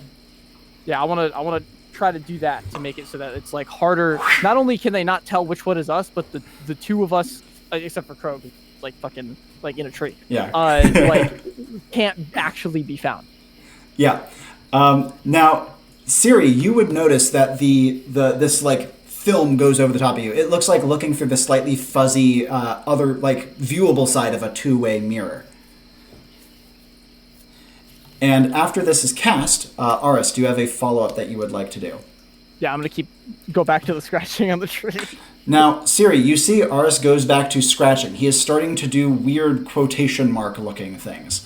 What would Ciri like to do? Because her other Arises are not mimicking this exact action yet. Yeah, I don't think Ciri really fully understands what's going on, so she's like, mind as blank as possible despite the active fear. Like, she's trying to push it back so she can just focus on, like, his hand go up, his hand go down, his hand go little to the side. I see. Now, as she does so, her vision is hazy. And you can see color and light flashing in across your eyes. You see names, your name, people's names that you've known, names of things that you haven't thought about since you were young. Just kind of hazing in and out in various colors and shapes. Sometimes surrounded by a shape, never surrounded by the familiar vertical pentagon. Additionally, you can hear what sounds like music in your ears, gentle and nostalgic, almost wistful in how it makes you feel. It's a dreamlike state. Before we go further with this, Crow, actions from you. The spotlights are continuing to scan the crowd of duplicates. So I think,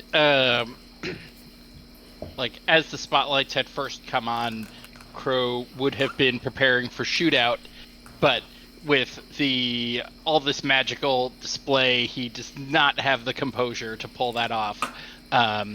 So he's a little bit flustered at the moment, but is kind of taking stock of where the creatures are and if he can start planning to take his shootout. Absolutely. Now, not only can he take stock of where the creatures are, but he sees something else. There are, at the moment, 5 spotlighters, right?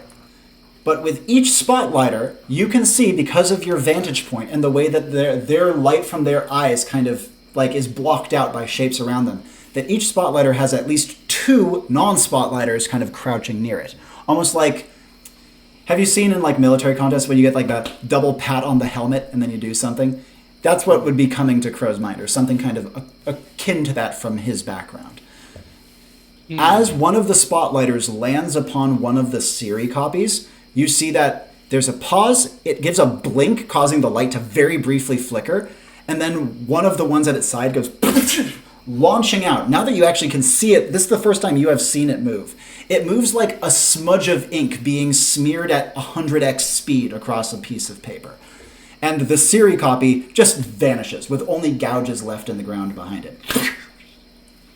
It is almost perfectly quiet, and it goes from the tree it started in to a different tree that it ended in. Like on the other side of the clearing.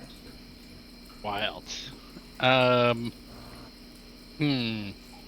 Have I regained my composure enough for a shootout? Or yes, you absolutely have regained enough of your sense, especially now that you've seen an enemy move properly for the first time. You have a shootout ready, and you also know a lot of locations. Yeah, I think I'm gonna aim for spotters first, since that's kind of the easiest thing to see as well, and it's also informing these other beasts. So calmly, coolly, composed, taking my first shot. And with a shootout, the paired action is always a period of stillness followed by a sudden arm or hand movement. The period of stillness you had, what's going to be your arm or hand movement to initiate the shootout? Yeah, I guess with the revolver it would usually be the flick of the wrist. And remember, the shootout lets you teleport a weapon to your hand. So you have your rifle out now. You don't need to use that functionality, but it just lets you get one out if you didn't have one. Right. Rifle certainly seems most appropriate. It was already in my hands, so I guess that's fine. Yeah, what would be? I'm kind of thinking through what would this normally be with a rifle. Absolutely. What would make sense? A rifle? Oh, that's perfect. I love that. Yeah, you can easily do like a little around the around the trigger twirl. Yeah, and bring it into place. I'm guessing you are shooting as fast as possible here. Is this a correct assessment? Yeah, aiming to take out all the spotlights in as quickly as I can, and any others that I have clear shots at, since I have infinite shots for the duration. Right? Exactly. The Sharps rifle is a falling block style rifle, and so after each shot you just reload, and so because of this you are firing semi-automatically with what is normally a very not semi-automatic rifle. Your first shot hits cleanly between the eyes of one of the spotlighters. You hear a screech and the lights immediately fade. Shifting to another shot, another screech, another fade. The third, likewise. The fourth, likewise. The fifth actually kills its lights before you can reach it, and you can see the faintest outlines of it and its companions scattering into the trees. Are you going to try to take a pot shot as they flee, or do you want to try to move to a different position or take another angle? Can I move while this is active? Yeah, you can absolutely move while shootout's active. But I have a good vantage point, though, don't I? Yeah, you can move along the lip of the log if you want, because right now you're like... Siri and Aris are below you and to your left a little bit, so you could move closer to them, further away from them, whatever you think is appropriate. And are all of my clones doing this as well? So are they like flustered by seeing my clones doing my same action? We will be checking in with that in a moment. But for the moment, okay. Crow would, like, unless he wants to deliberately take the moment to check, he would not notice. Okay. Yeah, I think I would just be taking pot shots at whatever I can. Absolutely. Whatever I see fleeing, just... Is he going to be holding position then, or is he going to be strafing as he does so? Because holding position, you have a good idea of where all of their pockets are from here, even if you can no longer exactly see them. Yeah, I think I'm going to hold my vantage point. You know, like I said, Crow wants to be in his nest. Yeah. So. And as you fire, back over to Aris. As you are about, like a third of the way through the name, you hear the shot starting to go off and the screeching of the Fusu as they are hit. You manage to scratch a couple more lines in, and you see that the spotlights are dying all around you. They're no longer searching, or at least it wouldn't seem that way. And as you write the final mark on the pentagon, a deathly quiet goes over the entire landscape. Now, as you finish this, before we go further with that, Siri, you have been making Aris mimic this. You are aware of the shots going off, but to your eyes, they don't sound like gunshots. I don't even know if Siri knows what a gunshot is, but rather they would sound more to her like maybe fireworks. It kind of adds to the nostalgic, almost childlike visions that are being conjured to her mind at the moment. Yeah. So here's my thoughts, unless you have more to say. No, fire away. I think she is getting swept up in this nostalgia thing, but I think there is a part of her head that is like, this is a trick. And so she's trying to figure out, okay, how can I lean into this? Because, like, I don't think she can snap herself out of it. Mm-hmm. Siri made mention of this in the last recorded session, actually, that she knew a man who went by the name of Shaggy Man. That is a Wizard of Oz book's deep cut. Yes. That character had a name that was not Shaggy Man and had forgotten it. Yeah. So she is going to focus on the name Shaggy Man that she knows is not a real name. She knows it's some sort of fake thing. And lean into that name, because she's seeing names and shapes, and lean into a name that she knows is fake, but still has nostalgic connection to her. Absolutely. That's a brilliant idea. And Aris, over to you. You finished scrawling the last of the quotation marks. Like, just looking at your work, you know that this is the pattern that you saw. There's no way it's not. Stepping away, kind of like hand up, like holy shit, it's done. Like, Eureka, finally. And I'm gonna kind of turn around to and I see this menagerie of shit that's happening all around me that I didn't see before. No. And I'm just like, holy fucking what? And I see, I'm gonna try to obviously it's gonna be hard. My eyes are drawn to all the me's, and Series and Crows and everybody, but I'm gonna try to see if I can't find one of the Fusus that are see if I can't. I don't know. Are they turning at each other? Is one of them? Well, now that you're fall dead. Now that you're looking out into the woods, both you and Crow would see this. Siri's back is to it, and also she's kind of out of it. You both would see a Fusu face kind of appear clean in the trees, looming out, as they do, and then slump as its head falls decapitated onto the ground.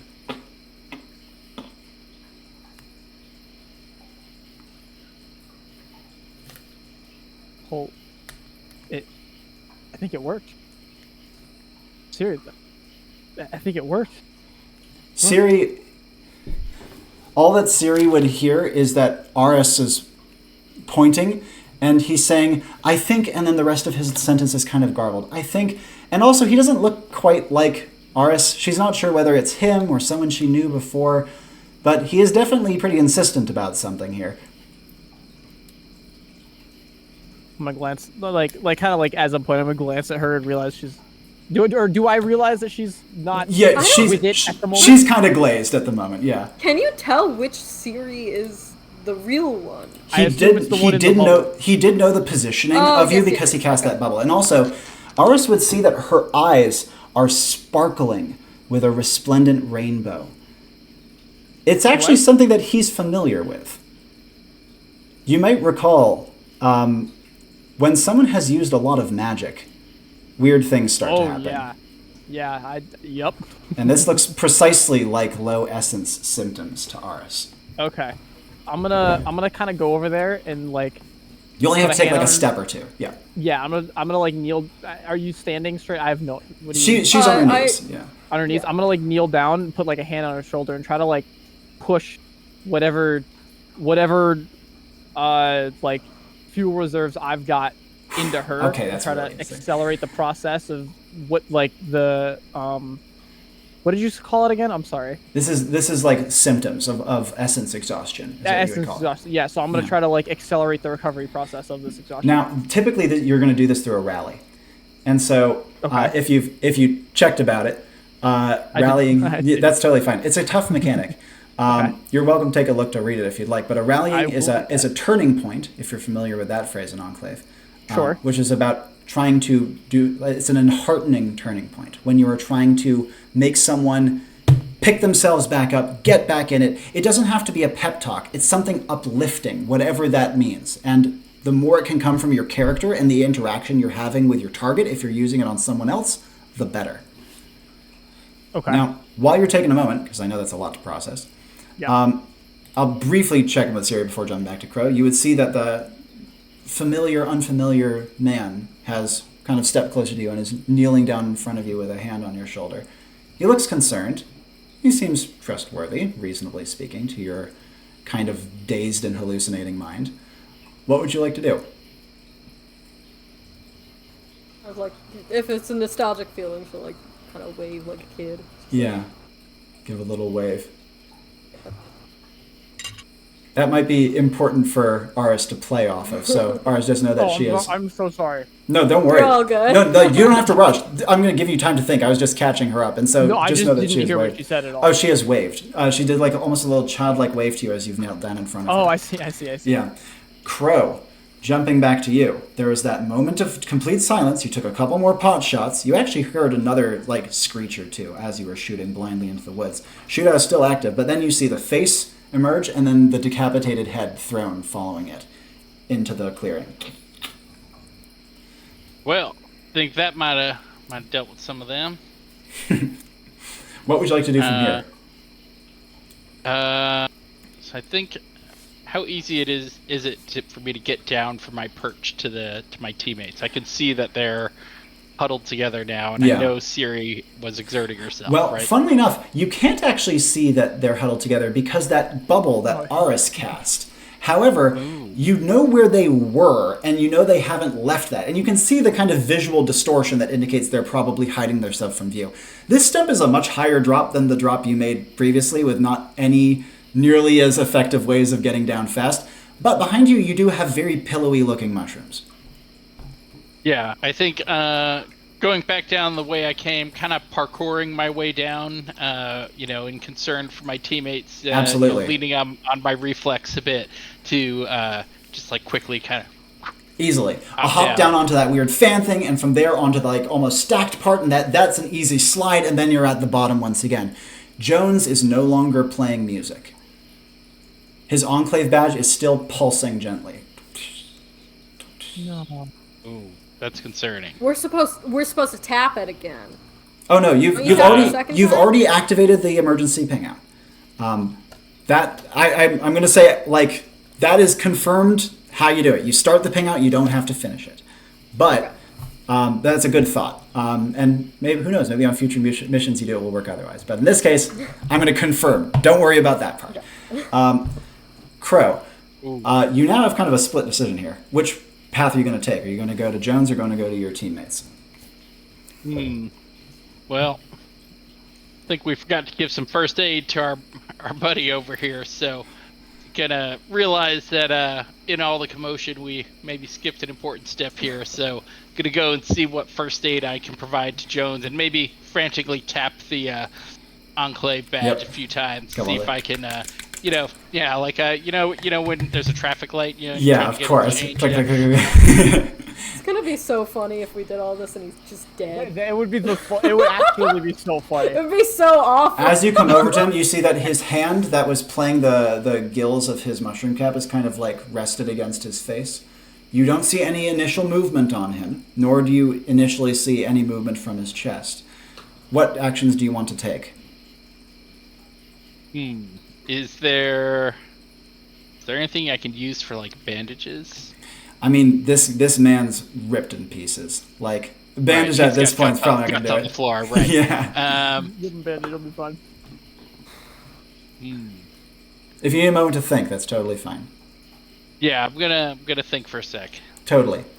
Let's bop back over. Aris, what would you like to try out for a rally? And rallies can also heal, of course. Not that this is like necessarily relevant here. Yeah, what would Aris like to do? Yeah, I'm not gonna lie. I totally forgot that I was supposed to be thinking about that. Do you need to check back in with Siri for a moment? Yeah, let's do that. Sure. Now, Siri, as the kindly man is kind of leaning down in front of you, you know that you have illusions active, but they're no longer like actively taxing you nearly as much because you're not actively puppeteering them anymore. And additionally, remember earlier I was saying that Crow was hearing that music, that smooth jazz electronica style thing. Now, I also said to you that you were hearing a music of a kind of more nostalgic bent, but as you're kind of focusing in, you hear the music morphs from whatever Siri would be having from her past into this more smooth, even, familiar sound. And it's starting to come back to you a little bit, the mushrooms, for example. Like you remember this music coming from the mushrooms, or at least the back bass of it. And additionally, you can also, with the memory of the mushrooms, another memory comes clear into your vision. Your name in a pentagon, scrawled on your senses, full in your face. Your name, written out. A mark for your life that you only barely avoided once. The nostalgia is breaking and being replaced with a nightmare-like sensation, where your own mortality is written out in front of you in carved Talon letters. There was something I wanted to do in the middle point of that. Easily doable. Fire away. Okay. So before the fear, because as soon as the fear kicks in, she's not going to be able to do this thing. Yep. But as the music is changing, and also this might be a little metagamey, so I don't know if it's okay to do or not. But as the music is changing from Siri's version of nostalgia to this music of the mushrooms and Jones, if she can play along with it. How would she play along with it? So I was saying that the music is sort of, from what I could tell, his version of magic. Of, that's how he does it. If she can, very subtle magic, just try to harmonize it or match it or something like that. I see. Okay. I wouldn't call that metagaming at all. I've cued you in. I've given you prompts to this before. That's perfectly fine. And as she's just kind of at least recognizing this frequency, and if you do attempt casts, you can try to match them to this rhythm. The fear is starting to seize her though. And to Aris's eyes, he would see that her little gentle wave would start to be replaced with her hand becoming tense and her eyes becoming large. In that moment, Siri wants to cling to the sound. Yeah. Of both, I think in her head is going of, oh my gosh, they're gonna kill me. Wait, oh my gosh, the mission was for them not to kill this guy. So cling to it both in fear and in protection of this person can protect you and you need to protect this person of yeah put yourself into that sound because that sound is the answer. Absolutely. I see the setup you're going for here. And Aris, what would you like to try here? Okay, so I did a little bit of reading. Yeah. So I'm gonna kneel down. I'm just gonna try to reach my hand out, as like kind of like an offer of like I can help you up, kind of reach your hand out. Yep. You see that her little wave has transformed into her fingers like clenching and her eyes widening as she's clearly starting to retract in fear in a similar way to how you saw her cowering in that dell earlier on the valley's side. What would you like to do to respond to this? I'm gonna like reinforce the hand almost, like kind of like shove it out a little bit more, and then go, come on, we got to get all of us out of here. As you say that, you see that she is still, at least for the moment, paralyzed. I apologize, Sierra, I'm not letting you react to this one. There's too much else occupying your senses. And Aris would see the 1,000-mile stare in her eyes, and her mouth tightening and her cheeks tightening. She's not taken that hand by herself. I'll grab her hand. In Ciri's eyes, it would look like her scrawled name is shattered like a mirror by a hand that takes hers and starts to haul her up to her feet. Now, Aris, what else would you like to say after you say that? Any follow-ups to the line that you had said previously? I'm gonna say, come on, we got to get you out of here. And Ciri, at this point, you kind of crash back into the immediate present. You still kind of hear that music in your ears. And you still kind of see the outline of your written name in front of you. But you now see Aris's face and feel Aris's hand. You feel kind of sick to your stomach. Maybe more than kind of. And you also feel tense and jittery and a combination of like wired and fried and terrified. You look like you're going to puke. Yeah, probably might after this. Yeah. No, that's in character. I say that. She said it. Yeah, I'm aware. Okay. Yeah, Ciri's just going to grab your other hand and kind of lean like into Aris. Yeah. Like relying on him to help her up like almost completely. Yeah. Aris feels her shivering as she does this. Yeah. Subtly take a hand and just like point and be like music, music, music.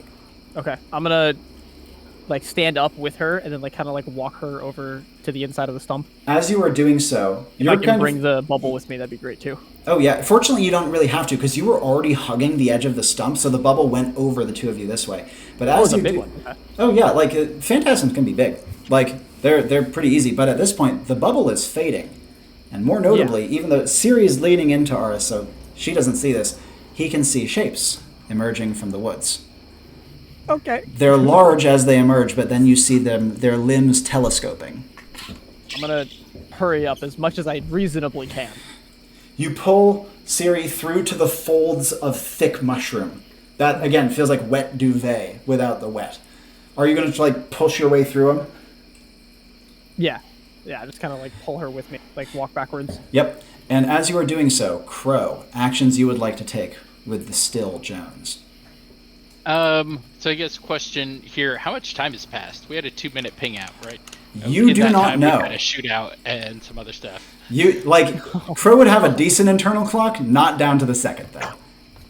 Right, so we should only have a short amount of time, hopefully, so I think I'm just going to kind of stand watch over him, keep an eye on, see if he has vitals. If he doesn't look like he's Are you checking breathing, him? I guess this is the question, yeah. I'm like checking his vitals here, seeing if there's right, I should, like I mentioned earlier, right, having done caring for cows and whatnot, I've got some idea of anatomy, right? So I've got some idea of like where the major organs are on a person, blood, or what can I do for him? Is he alive? 2 notes. 1, he is breathing, but it's not like any breathing you've ever seen. It's like his breath is both he's not breathing in and out. It's like he's both breathing in and out very weakly at the same time perpetually. No better way to describe it than that. His heartbeat is either so weak you can't feel it or it's non-existent.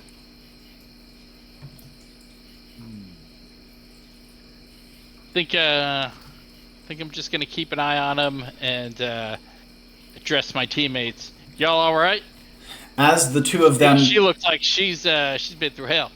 As the two of you push through the folds of mushroom into the room, you see Crow standing over the obliterated body of Jones. This would be Aris's first time seeing it. Ciri has not looked up from Aris yet, so does not see it. Jesus Christ. Or actually... Do it. Fine. Take it. Fuck. Well, I don't. Jesus Christ might not exist. I don't know. Call it a cultural equivalent. I'm not going to make you come up with a new name. Sure. Jesus Christ, what the hell is that? That's our man there. That's our man? Looking pretty wrecked, though. Did we hit the eject button? Oh, I pinged him. Seemed like it was some time ago, but nothing yet. God, this is an out of character question. Does the thingy, the badge, does it like blink at all? Like when now, when not it's like taking down? Yeah, does it do that? Not to anyone's eyes besides besides the owner of the badge. Your badge communicates to you in a personal way. Okay. Siri, you are immersed in the music, though I should note that neither Crow nor Aris hears it. Crow, remember that music you heard when you were entering? It's gone now. But to Siri, entering this room, the music rushes over her. Yeah, I think she wants to, get close to it and then, So she'd pull away from Aris? Yeah, and try to sing the same song with her music, or with her magic. Yeah, and what is she going to be casting or creating? Like, what is the song, if you're following these notes? What I'm imagining is if her magic, obviously, it can't make sound, we've established that, but, small, thin wisps in the air that would go up and down either with the notes of his song or in a harmony of it. So, I'm imagining, if his music was visualized, hers is, right above it. Yep.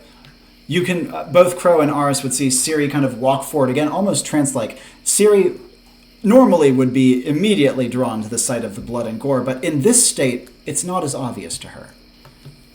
And as she walks, both Crow and Aris would see her tracing out these intricate, wispy patterns in the air, following an unseen pattern in turn, it would seem.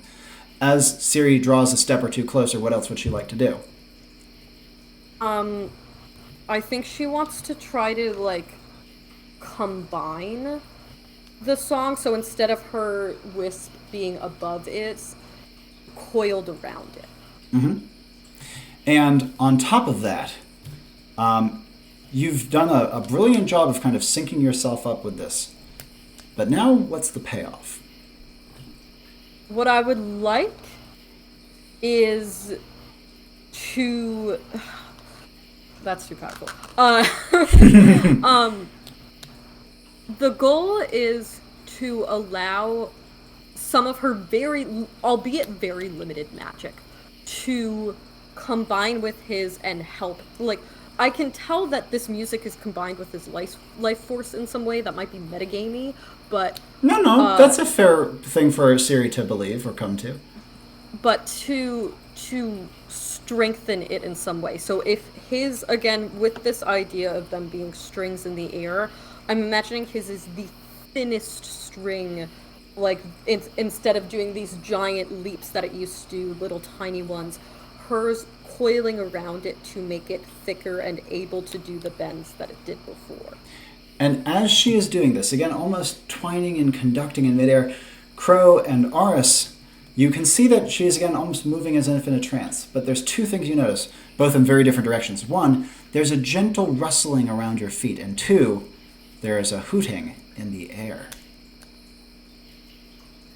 At the top of the stump, you see heads peering in.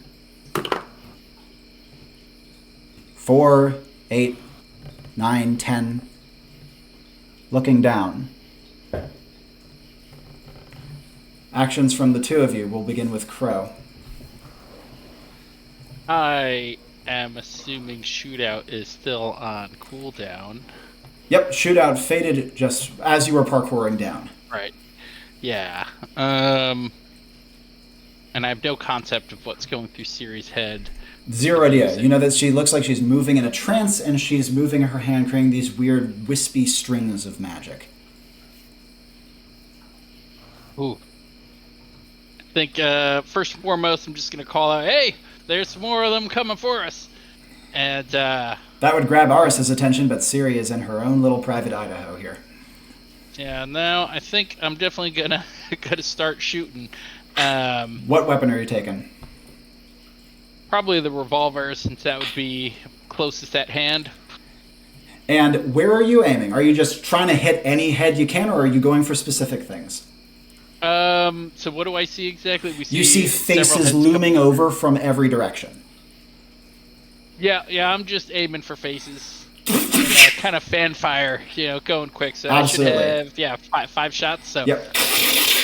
As you loose off 5 shots, you hear squawks and screeches of indignation. Faces pull away and scatter, and a few feathers come drifting down. But also, shapes start to loom up in the sky. You see at least 2 or 3 of them rising high above the stump.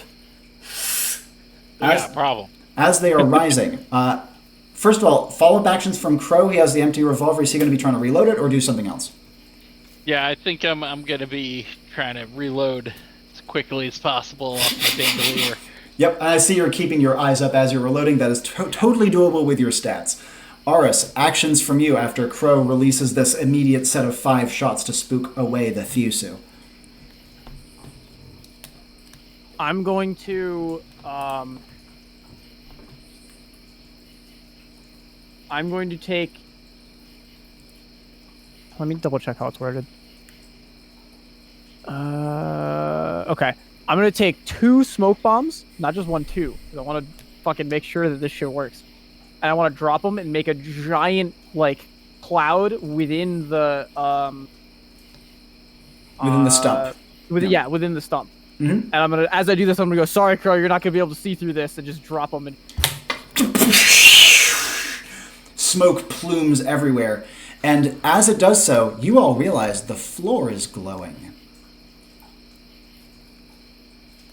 Now, to Ciri, the floor is glowing pleasantly. To Aris and Crow, it's glowing slightly alarmingly. But you can see that the mushrooms around Jones are gleaming. Shades of orange and yellow. And to Ciri, the lights are an absolute disco hall floor of color. And as you look down towards his limp body, you can see it starting to dissociate and teleport.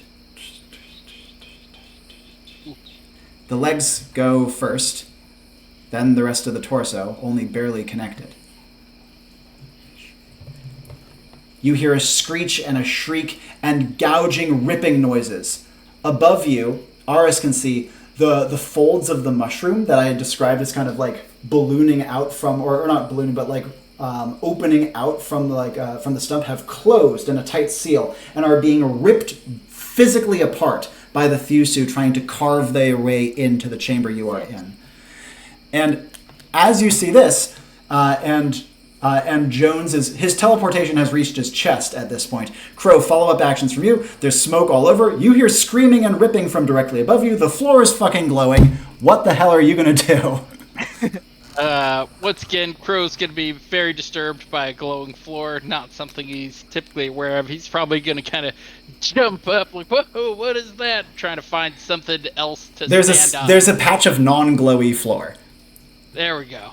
So, jump on that, and guess we're pretty right. How much can I see with all the smoke? Your eyes are good, but not very much. What you can see, however, is a telescoping clawed arm shoot down into the center of the room and start scrabbling around to find someone. Aris, you see this arm shoot through a ripped open hole and smash into the mushrooms next to you and start to kind of scrabble in kind of the direction between you and Ciri. Ciri is none the fucking wiser to this. I do have a question. Brief question to Ciri, then Aris and Crow. Any vibes of danger at all coming through her trance? No, you feel great. Damn it. Okay. Cool. How done is this teleport? Jesus. It's just above his chest. So he still has at least another couple seconds. Okay. Well, I know that these beings are magical in some way. Mm-hmm. So I'm just gonna really hope this works. Because I can't really think of another option off the top of my head right this second. Which is probably the same thing that Aris is probably thinking. Yep. So he's gonna take his fan and he's gonna open it as much as he can, like almost until it's like a circle, Yep. like a full circle, and he's gonna charge straight for the arm and try to slice it off with the magical whatever the fan. He cuts the arm like with the fan's edge like a blade. You hear another screech, this one echoing through the room. Sirius snapped out of her trance from this one. The screeching fury of the Thusu. And Aris, the arm retracts, the hand keeps moving and leaps on you. Crow, what would you like to do? You are close enough to see this happen. Can I shoot it? It's gonna be my... This is right on Aris. For the record, I'm behind it. Yeah, like, you are close to him, and also, you don't have, like, a side angle to it. It's in line with him. So how do you want to pull this off? Okay, so hold on. Let me envision this a little bit. So, he's off to the side here. Like, where is he in relation to me? So from your current vantage point, he is ahead of you and very slightly to the right, no more than 4 paces. The arm, or the claw, kind of came down just past him from your vantage point, and then leapt towards him. As such, it would be, like, it is slightly out of your view, though its nasty long talons are long enough to wrap around him and be visible from your vantage point. Does that make sense? Yes. So it's behind him somewhere. Yes. But I can't make out where. It's definitely very smoky, and they're very big. So this is coming from the top of the stump or through the wall? This came from the top of the stump. He cut off the arm, and the hand is still there, so the hand is left on. Okay. But do I not have the reaction to shoot the hand? Possibly with a trick shot if the angle doesn't work. When the hand initially came down, the smoke obscured it. However, once it lunged, it got close enough to you that you could make it out through the smoke and disturbed the smoke enough that you could see through to where it was. I'd like to trick shot off a wall to get it in a safe direction from my teammate. Now, you're trick shotting through smoke in 2 directions. How are you going to make this work? To make sure that this is like a pretty precise angle, you're trying to clip it off his chest. How are you going to trick shot through smoke to an uneven, rounded surface to get it off of him? This is definitely not impossible, but it's a tough one. Are the angles good for this? Do I have good things to be bouncing off of? You know for a fact that the rounded inside of the stump for sure could make for a trick shot. You just don't know exactly where to shoot through the smoke. Dang, what's a good way to do this? Well, could I stand off the hand? Let me check one thing. Yes. How are you going to initiate the standoff? And also, how are you going to initiate the de-aggressivization of it through a direct interaction? I'd be right back for like 1 minute. Yep. Yeah, how do you de-aggress a hand? I don't know that that's going to work. One of these tricks is going to get me through this. You got it. I'm not sure. You either got, if with the hand it would be something social, obviously it would have to be nonverbal, or I mean, maybe you could pull off something nonverbal. What do hands do in a social context? Hands? I mean, yeah, there's ways to communicate with hands, right? Sure. We've got sign language, we've got rude gestures. Yeah, exactly. Friendly gestures. And so to initiate the standoff, you just have to be behaving composed and completely unruffled. Obviously difficult with the surroundings, but so you'd have to take a moment to compose yourself. And then you'd have to do some sort of social action to stop the hand's assault. Could I grab it and shake it, maybe? Yeah. Or, now, is that too far away? Because you said it's like 4 paces Yeah, it's away, like 4 paces away. You could at least extend a handshake, but again, if you're going composed and unruffled, you'd have to make sure you were approaching this handshake in a properly dignified manner that didn't make it seem like you were too eager naturally. So, yeah, we're going to take a wild shot here, attempt to stand off at the hand, toss my duster back a bit, reach my hand out to almost like a handshake, but an aggressive one. I'm ready to grab it. Absolutely. Put her there, so to speak. Now, Yeah, put her there, Aris, partner.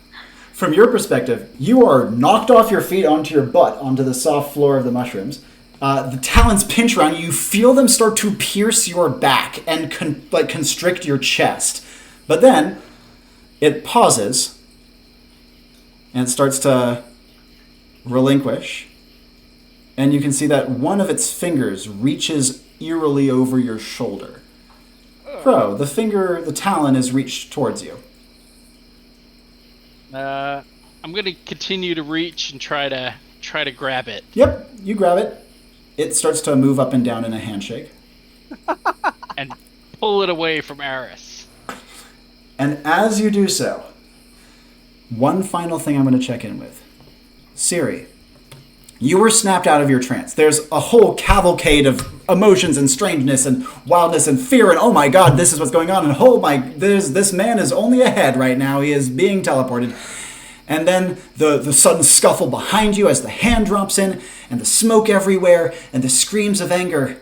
And amidst all this, you are the one to see Jones's head, the very top of his hair, and his mushroom cap vanish. And the moment it does, you feel your Enclave badge pulse on your chest. Yeah, I just scream, hit the button, hit the button, hit the button! And Crow, having just pulled the hand off of Aris, you hear Siri scream. Aris, you hear it as well. Any further actions from Crow or Aris, or are they smacking their Enclave badges? I think I'm going to do one last thing, which is, so I've got this disembodied hand in... Yeah, big-ass disembodied hand. I'm just going to kind of, like, toss it off, and this is my right hand, so with my left, do the flourish, and, yeah, kind of trick shot it a little bit. Since I'm doing it with my left here, and blast that hand out of here, then slap the bad. The hand, like, the hole appears at its center and meat flies out behind it. The fingers contort and, like, twitch like a dying spider as it falls to the ground with a thud. Siri, I'm guessing you're hitting your Enclave badge as well. Siri hits her Enclave badge, and then how long, like, his took 2 minutes. Oh, that's an emergency ping out. When you ping yourself out, it's seconds. Okay. Aris, I hope you got seconds. And Aris, actions from you. You've heard Siri scream, hit the button. You no longer have the Talon on you. What do you want to do? Yeah. I reach up to hit the button, and I hesitate for a second. Because I remember the thing that I said earlier about how, regardless of whether or not we get Jones to be safety, we should probably stay here and fix this problem anyway, just because that was the whole reason that he was sent here. Absolutely. And then I think about it a little more and realize I'm going to fucking die here. So I hit the button. Your thoughts are punctuated by another frenzied scream and a ripping noise as the mushroom ceiling above your head is completely blown open. Yeah, I'm just like, yeah, you know what? Fuck that. And I just whack it. And Crow, the last thing the group sees is your shot blasting the hand. As it flops, twitching to the ground. I believe you said you've tapped your badge as you do this. The last thing you see as you dissociate is the hand twitching, and you hear the screaming of the Thusu above your head, the chunks of mushroom ceiling falling in around you, and on top of all of that, the glow of the mushrooms on the floor die away. And on that note, we will end the mission. We return to the room. I'm just on the floor in a fucking pile of blood. Punctured. Oh my god! Okay, I hope you all don't mind. I took us over by about half an hour from my plan because I was having fun. Like that was bad. No, that was great. I loved it. Oh my god, I hate it. I think my favorite part is now I get to go look at the chat and all the stuff that people like covered up, and I get to see theories and solutions and things I didn't think about. Mary, I am so sorry.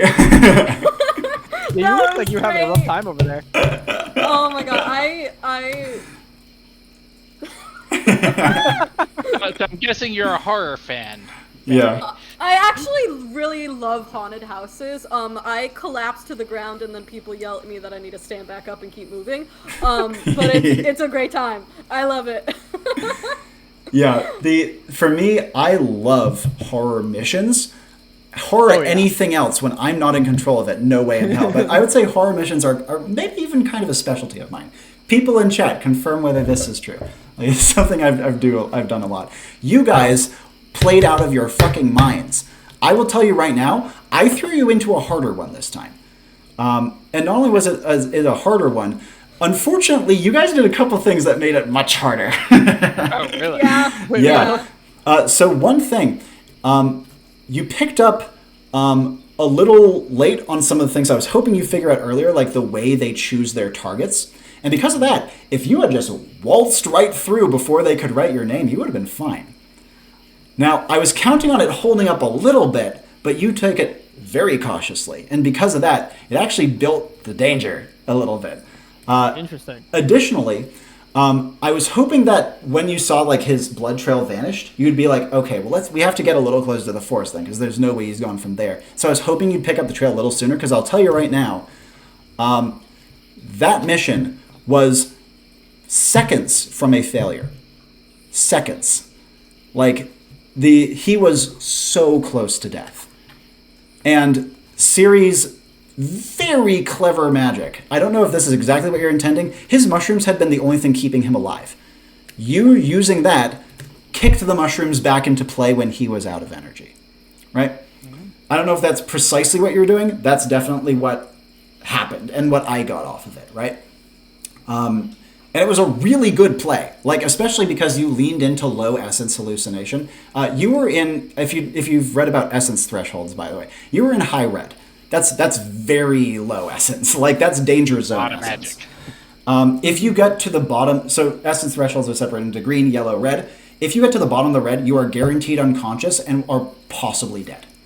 Like, it depends on how big of a cast gets you into the bottom of red. Don't know that. It's very dangerous. In the same way that being really low on stamina in real life, you can die from just being too tired. And magic is the same way, but magic has different symptoms than physical stamina exertion. Jesus Christ, where do I even fucking start with this one? What do we break down? All of you had fantastic ideas. You did a great job piecing together the puzzle in a way I never thought you would. Fucking killing one of them? Are you kidding me? What? So Crow, as you saw, your guns hurt them, but it certainly didn't kill them. I thought putting them down. I thought there was a chance you might be able to hit one enough that you could kill it, but I didn't think it. But cut off an arm. Yeah, exactly. The way that you guys actually managed to not only kill one, not only figure out so much of how they behave, not only hold off a shitload of them, the fact that a whole bunch of them were called, that was for two reasons. One, because after Ciri baited one of them in, it was like, oh my god, I didn't kill my mark. And that was my assassin. You were right, they get one ballot per attack. And because of that, it got pissed. And it was like, okay, let's call in the cavalry here. And on top of that, then you disrespect them by using their own magic against them. They were so angry. They were just, more of them were going to come in. And so because of that, you guys took a really high-risk route to the mission that was unfucking believably cool and very, very satisfying to watch. But wow, that was I apologize. I did not mean to make it that dangerous. It just kind of became that dangerous. That was awesome. Yeah, wow. Blast. So cool. Do you guys have questions or calls you want to go over or thoughts on what has transpired? I'll do a brief breakdown of your characters after because you deserve it. But I actually I have two really questions that are on top of my mind immediately. Yeah. One is, how the fuck do you do it? Actually, because you walked away for 5 minutes and came back with that. Are practice. You serious? Practice. You're fucking crazy, dude. It's just practice. That's not just practice. That's skill. Dude, you're nuts. I have hosted over 2,000 Enclave missions. It's practice. You're not a human. I don't. This is crazy. Stop it. Yeah, somebody just said you're a mutant in the chat. Yeah, I will admit, I'd say that I put all of my stat points into hosting fucking Enclave missions. That's. And then the second thing that I wanted to ask is, how come I never saw one of my name? Or how come my name never showed up? You're an orphan. Oh, it is that. Called it. Smart, Okay. smart. The fact that you all have 4-letter names was a part of my mission design because I wanted to make it unclear when they drew a pentagon which one of yours was going to go into it. And I thought that would add some cool tension. But for Aris, I was like, oh yeah, he's an orphan. They'd have to take some time to figure out his true name. Because obviously they didn't hear you say your names. They figured it out by looking at you. That's one of their magics. And so it'd be like, oh, it's harder to get it off of Aris. And as such, he has more time before he starts getting hunted. Ciri, the reason that Ciri ended up being the one who was picked first was because she was doing the most interfacing with Jones's stuff. And Jones was someone, as you saw, they had marked like 24 times. They kept trying to kill him, and he kept living. Because his mushrooms are just ridiculously good at healing. It's the only reason he stayed alive this long. And so, I hope you liked how I tied in Wheel of Fortune as a focus word with like the letters popping up. I did. I loved it. That was great. That was the focus word. I was like, I know what I'm going to do with the other two, but that's the hard one. And I was like, letters appearing one by one. That's what I'm going to do. I was like, that felt so fucking satisfying to get. Nice. Wait, I have a question. Would it work? Would it have worked on Crow? Because I did specify earlier that Crow was an alias. Yes, that's another excellent point. They would have put one up for Crow and then realized it didn't fucking work. And not only been pissed, but like then tried to do other stuff. With Aris, they actually made one for him that you guys didn't find and it didn't work. Really? Now, for Crow, you never let them finish it. And so because of that, Crow was never attacked. In fact, at the very end there, right up until you just like let all hell loose and they were like, fuck it, we're breaking tradition, just trying to kill them by any means. They were trying to write one, right? I thought they were trying to write one, like reach past somebody and write another one. That was part of it, but that was kind of a last-ditch effort. They were desperate enough they were willing to break with tradition, though I will say getting them to that point actually did partially help disrupt their system. Like, that was a big deal for them. It's kind of like a vampire not counting the grains of rice, you know what I mean? That was huge, and you pressured them to doing it by putting them under so much heat. But it did mean that Ciri ended up being the one attracting all the heat, which I felt like she'd be able to handle, and she did end up handling. In a sense. Yeah, I'm going to do a brief breakdown of your characters, and I want to get some more thoughts from you. First of all, Ciri, marvelous. Your character acting is beautiful. I love how you lean into the absolute hell I put her through. You're leaning into low essence symptoms and actually using it for energy work is excellent. Classic maneuver, by the way, but excellent. Just strong uses of your abilities all around. The veneer helped make it such that they weren't really sure what you guys were at first and took a while to start doing the fucking spotlight thing. The viewpoint use was excellent as always. You really are the viewpoint master. And just like, you guys quickly figured out eventually that phantasms are a big boon on this mission. And your big phantasm army at the end was so fucking sick. I loved it. Like, really, really good play. That was like legacy tier play comfortably. Awesome. Aris. Man, he has a name now. I'm so glad we got to see him being a real boy on real boy missions. Holy shit, dude. That was sick. I could see at the beginning, you were like, oh, what the fuck? This is like, we're not in Kansas anymore here. Yeah, but you picked it up and you found your footing. And not only that, but that bit at the end with you writing out the name was godlike. That was sick. Because when I was describing like it's held together in those quotation, like those apostrophe like patterns, I was expecting you to be like, wow, I wonder what that means. You're like, no, that's a name. It's yes, that's exactly what it was. And you did some good energy work to get there. Energy work and manifestation is, of course, quite tough, especially when you're doing something so intricate, like trying to determine a name from a feather, like that sort of shit, right? People kept saying it in chat, like something about manifestation, and now I feel like I should go read what that like even does. It's insanely I feel like I powerful cheated my way through knowing what that is. Yeah, I mean, you got there in the end. Manifestation is pitching novel magical powers for your character to manifest, for your character to exhibit. Gotcha. When you combine it with energy work, it gives all characters just enormous utility and versatility, because it doesn't matter if you have a plus in Arcane. Anyone can manifest. It's just a matter of how big it can be and how powerful it can be. And so because of that, I felt like the reason that I let you get away with something that like intricate relative to like the amount of work put into it is you had spent so much time viewpointing them. I felt it made sense that you would have kind of more of a sense of how they communicated and how they interacted. Like if you had leaned into that a little bit more and like found that thread, you would have got it faster. But that was like my thought process leading to that happening. You know what I mean? Yeah. I would, and let's tap over to Crow. So Detour, remind us, how many tabletop role-playing games have you played before? 0? I don't buy that. I don't buy that for a second. There's no way. I've never done that before. This is really good. Yeah. Amazing. Look at chat. Oh my god. Pop the fuck off. That's sick. You did unbelievably for a newcomer to the genre. Not only did you do exactly, you filled the niche I was hoping you would fill, but you also were a stabilizing element in the team dynamic. I did design it such that like it's spooky, right? And I was like, okay, Crow's tough. He'll be able to like personality-wise do better with this. And the environment's better for his background. And you did a great job of kind of believably showing him in this high-tension, scary setting in a way that never felt forced to me. I loved how you did your character acting on this and let it facilitate your other actions and help your party dynamics. Because that's, in Enclave, party dynamics are like the secret fifth layer of complexity.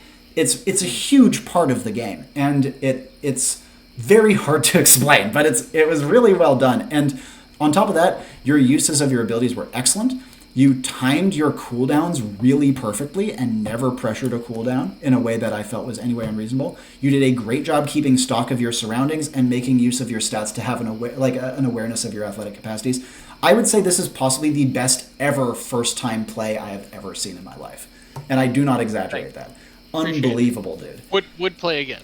Excellent. I'm glad to hear it. And speaking of which, if you don't mind, I'd love to hear for you guys what you felt worked and didn't work on this mission. Like bits that you felt you particularly liked, stuff that you felt worked well with the setting and the characters and the dynamic I was trying to put down. Like, I gave you feedback. I'd love to hear feedback from you as well. I have a big question, which is I wrote notes when you were giving us all the stuff at the beginning. Yeah. And one of the notes was that we probably wouldn't be able to kill them. We probably would be able to scare them. I don't think we scared them once. I think they just got pissed. Oh, Crow did. I scared them off the one time. Crow scared them. You scared them, yes. Yeah. Oh yeah, he shot him in the eye. That was the main thing that I was thinking you might be able to scare them for. I was like, let's make sure the gunslinger can interface with these guys, because the two illusionists I knew would be able to run defense really well. And I was like, so if the two illusionists can use their phantasms to help like get people, like distract them and like take them away from people who they were going after as a mark and stuff like that, what can the gunslinger do? Well, I don't want him to be able to kill them because I like these things feeling indestructible, at least to some degree, although you guys broke that one. But I was like, they definitely wouldn't be used to being attacked. I'm sure the gunslinger can find a niche there. And he did. He actually scared them. And you may notice, Crow was never attacked once. Not even one time. Yeah, they moved out. Even at the very end with the hand. He did the handshake thing. And then, we can be friends. Yeah, pulled it off them, and it didn't try to. They Wait, were. that's hilarious. The only one that they actually like went out of their way to attack was Siri. And Jones, obviously. And Aris at the very end with the hand. Well, yeah. But like until we pressure them to break their rules, they only went out. Well, obviously Jones, but they only went after Siri. Yeah, which exactly. I think is kind of funny because Siri was very clearly not having it. No, absolutely not. Siri is used to people getting upset when she pulls like what she does. Physical death has like not been on her radar before. Like, I don't think she's once thought that she was gonna die before. Totally. Do you guys have any other things you'd like me to talk through or thoughts that you have about the mission? I mean, I would just say it was absolutely a blast. I really loved the horror elements of it. I think that made it a lot of fun and gave a lot of tension to the game. I definitely appreciated that I felt like I had stuff to do, but wasn't like invincible. Like I could just kill everything. Shoot everything is not the answer. But yeah, it was definitely fun to kind of like have ways to play off my teammates and work together. That's wonderful. So from my perspective, obviously getting the dynamic between someone being useless and someone doing everything is obviously pretty hard. But one of the big benefits of Enclave is that you don't have HP, and so you can just get fucking killed. Like this, a knife to the neck is gonna do the trick unless you have like Quint in resilience or something like that. I thought I was gonna. Yeah, exactly. And RS, I will say, you're coming off that mission with a nasty wound for Enclave Medical to repair. Yeah, but I joked when we came out of the mission. I returned to whatever place, like on the floor, bleeding out. There's like impalement wounds on my back and whatever. Exactly. They gotta help Jones, no shit, but like I'm not far off. And along those lines too, from my perspective, I would give this mission by my own standards about a B, which is good. Like I'm pleased with it. But I should have paced it better. And pacing is the hardest thing to do in a mission. I hope that all of you at some point get a chance to try conduiting. It is so much easier than it looks. It's so much fun. But one thing is, for your first dozen missions, make absolutely fucking sure that your group is like okay going over double or triple the length. Because timing and pacing out a mission is unbelievably hard. And I was kind of annoyed with myself that we went over, but whatever. It was cool. We'll take it. I thought it was good. You read the room on those things, you know what I mean? And you seem to game to keep going. So from my perspective, I think that's the biggest thing I did wrong. Any other final questions or thoughts? Also, if Chad has questions, fire them away. Feel free. Oh yeah, chat was going off. Yeah, Chad's going fucking off. I was here over the weekend when you ran whatever it was, and chat didn't really exist, although there wasn't the largest amount of people watching. Yeah. But chat was going off tonight. Oh yeah, I think it's about how many, like, that was like a test run, you know? But now that the format seems to work, like, man, this is great. That's very cool. I love performing for an audience, too. It's absolutely my favorite, so. Yeah, if chat has questions, fire them away. Oh, nice. Okay, so Ariadne, also known as Lethal Butterfly, did the lamp eyes have any other undiscovered magical effects? I thought they were doing some kind of anti-magic on Ciri, but that got disproved. So the lamp eyes were doing two things. One, they were confirming a marked target's name. That was the big one. And so if they had written out your name, they would have to confirm it with the lamp eyes. That was like the magical dynamics that I had established in my head for this. And so that way, if they had finished writing out Crow's name, they would have to lamp him and then be like, fuck, that's not the right name. And then they'd have to figure it out. So it was kind of like a warning. And I thought it would be kind of cool if like that was your first introduction to them. Like nothing happened and then bam, spotlights. And no context for what's going on. So that was like one of the ways I was thinking about introducing them as an enemy. So that was my idea for the lamp eyes. Besides that, I might have brought in some sort of magic interaction thing, but it never really came up. So I didn't go in that direction. Fortunately, the focus words in this case were really clear, so I don't have to go over how I brought those in. Like, what were they again? I don't remember. Wheel of Fortune, Melodious Mushroom Monk, and the Parliament of Owls. Yes. I mean, it's pretty fucking obvious. Like, it's bang on the money. Yeah, I did say that. Oh, another interesting. I forgot about this. I was super fucking pleased with this, right? So, in real life, did you know that crows and owls fucking hate each other and kill each other on sight? That's so crazy. I didn't know that, but that's great. Because of that, my thought was that the other reason they were dragging their ass on writing crow is because they had that prejudice as well. Yeah, it's like, oh, they don't want to fuck with this guy. They don't want, it's a crow. God damn it. Like, I don't want to touch a crow. Leave him alone. So yeah, that was another like hidden interaction I was thinking about throwing in there. What was the deal with the music? The deal with the music was that Jones's magic, as Ciri determined, was primarily cast through him playing his mushroom cap like a guitar. And he had a whole slew of songs loaded into that fucker. And so my idea was like it would be an audio hook that you guys all with high sensory could play off of.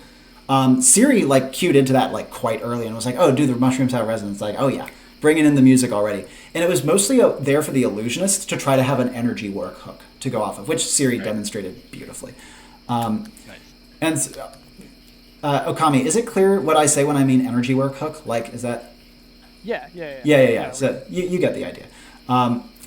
Yeah, like a thematic tie-in that lets the magic do something different to give you some context, Detour. Mm-hmm. So, Yeah, so that's what I was going for with the music, and also I thought it was like a perfect tie-in with the focus word. Because I was like, the Mushroom Monk, I knew what I was doing with that pretty much instantly. I was like, melodious, what the fuck do I do with that? Oh, well, maybe he casts his magic with music. And that felt like sufficiently Enclave Warrior weird that it seemed coherent to me, you know what I mean? Nice. Yeah, I was tempted to like mess with his gills. Didn't get to happen. Yeah, it would have played music. Play some music for him. No joke, if you had done that, that could have been a way to get the mushrooms to keep working and healing. Ooh. That was one of the thoughts I had, right? Yeah, I thought about it, but didn't get a chance to do it. Yeah, exactly. Owl started attacking. So and then Gemini says in chat, how interactable was the music? I remember a fun interaction with a song playing in a previous mission, a certain desert maze. Yes. I would definitely have let you try to pull some stuff off with that music. I could totally have seen like trying to make the music play different stuff with certain magics, but it was again the two illusionists primarily interfacing it. The main thing I wanted to do was make sure that you had a way to viewpoint him, which Siri picked up on very, very quickly. Nicely done.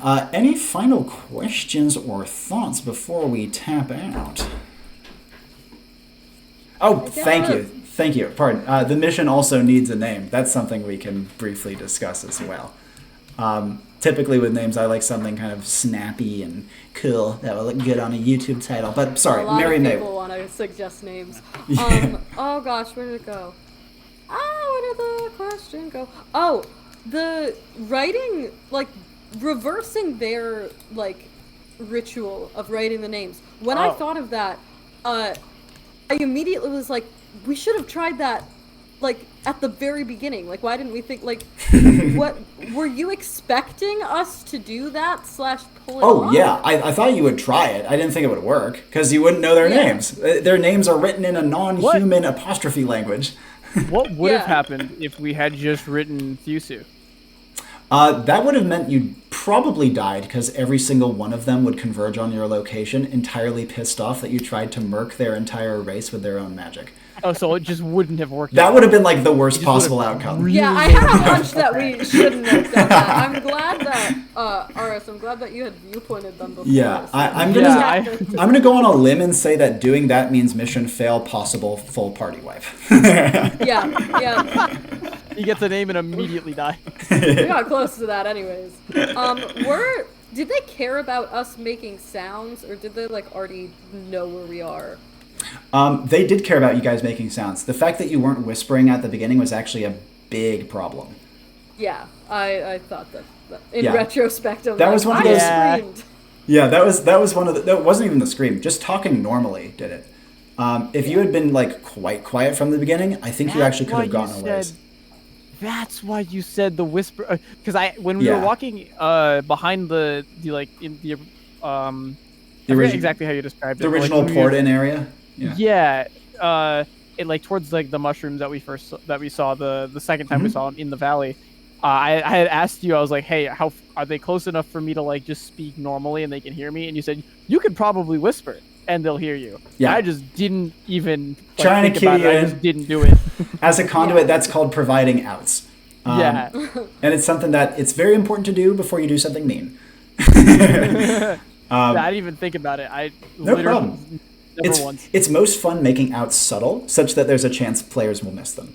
Like there are times that I'm like, let's just do the thing, right? But it's quite rare I do that, and I almost only ever do that with new people, because obviously, like when you're new, you don't have the game sense yet. Like you might just miss stuff, right? But once you get a little ways in, it's more fun. I think I cut someone else off. Did someone else have another question or thing or point to make? I just want to shout out from the chat.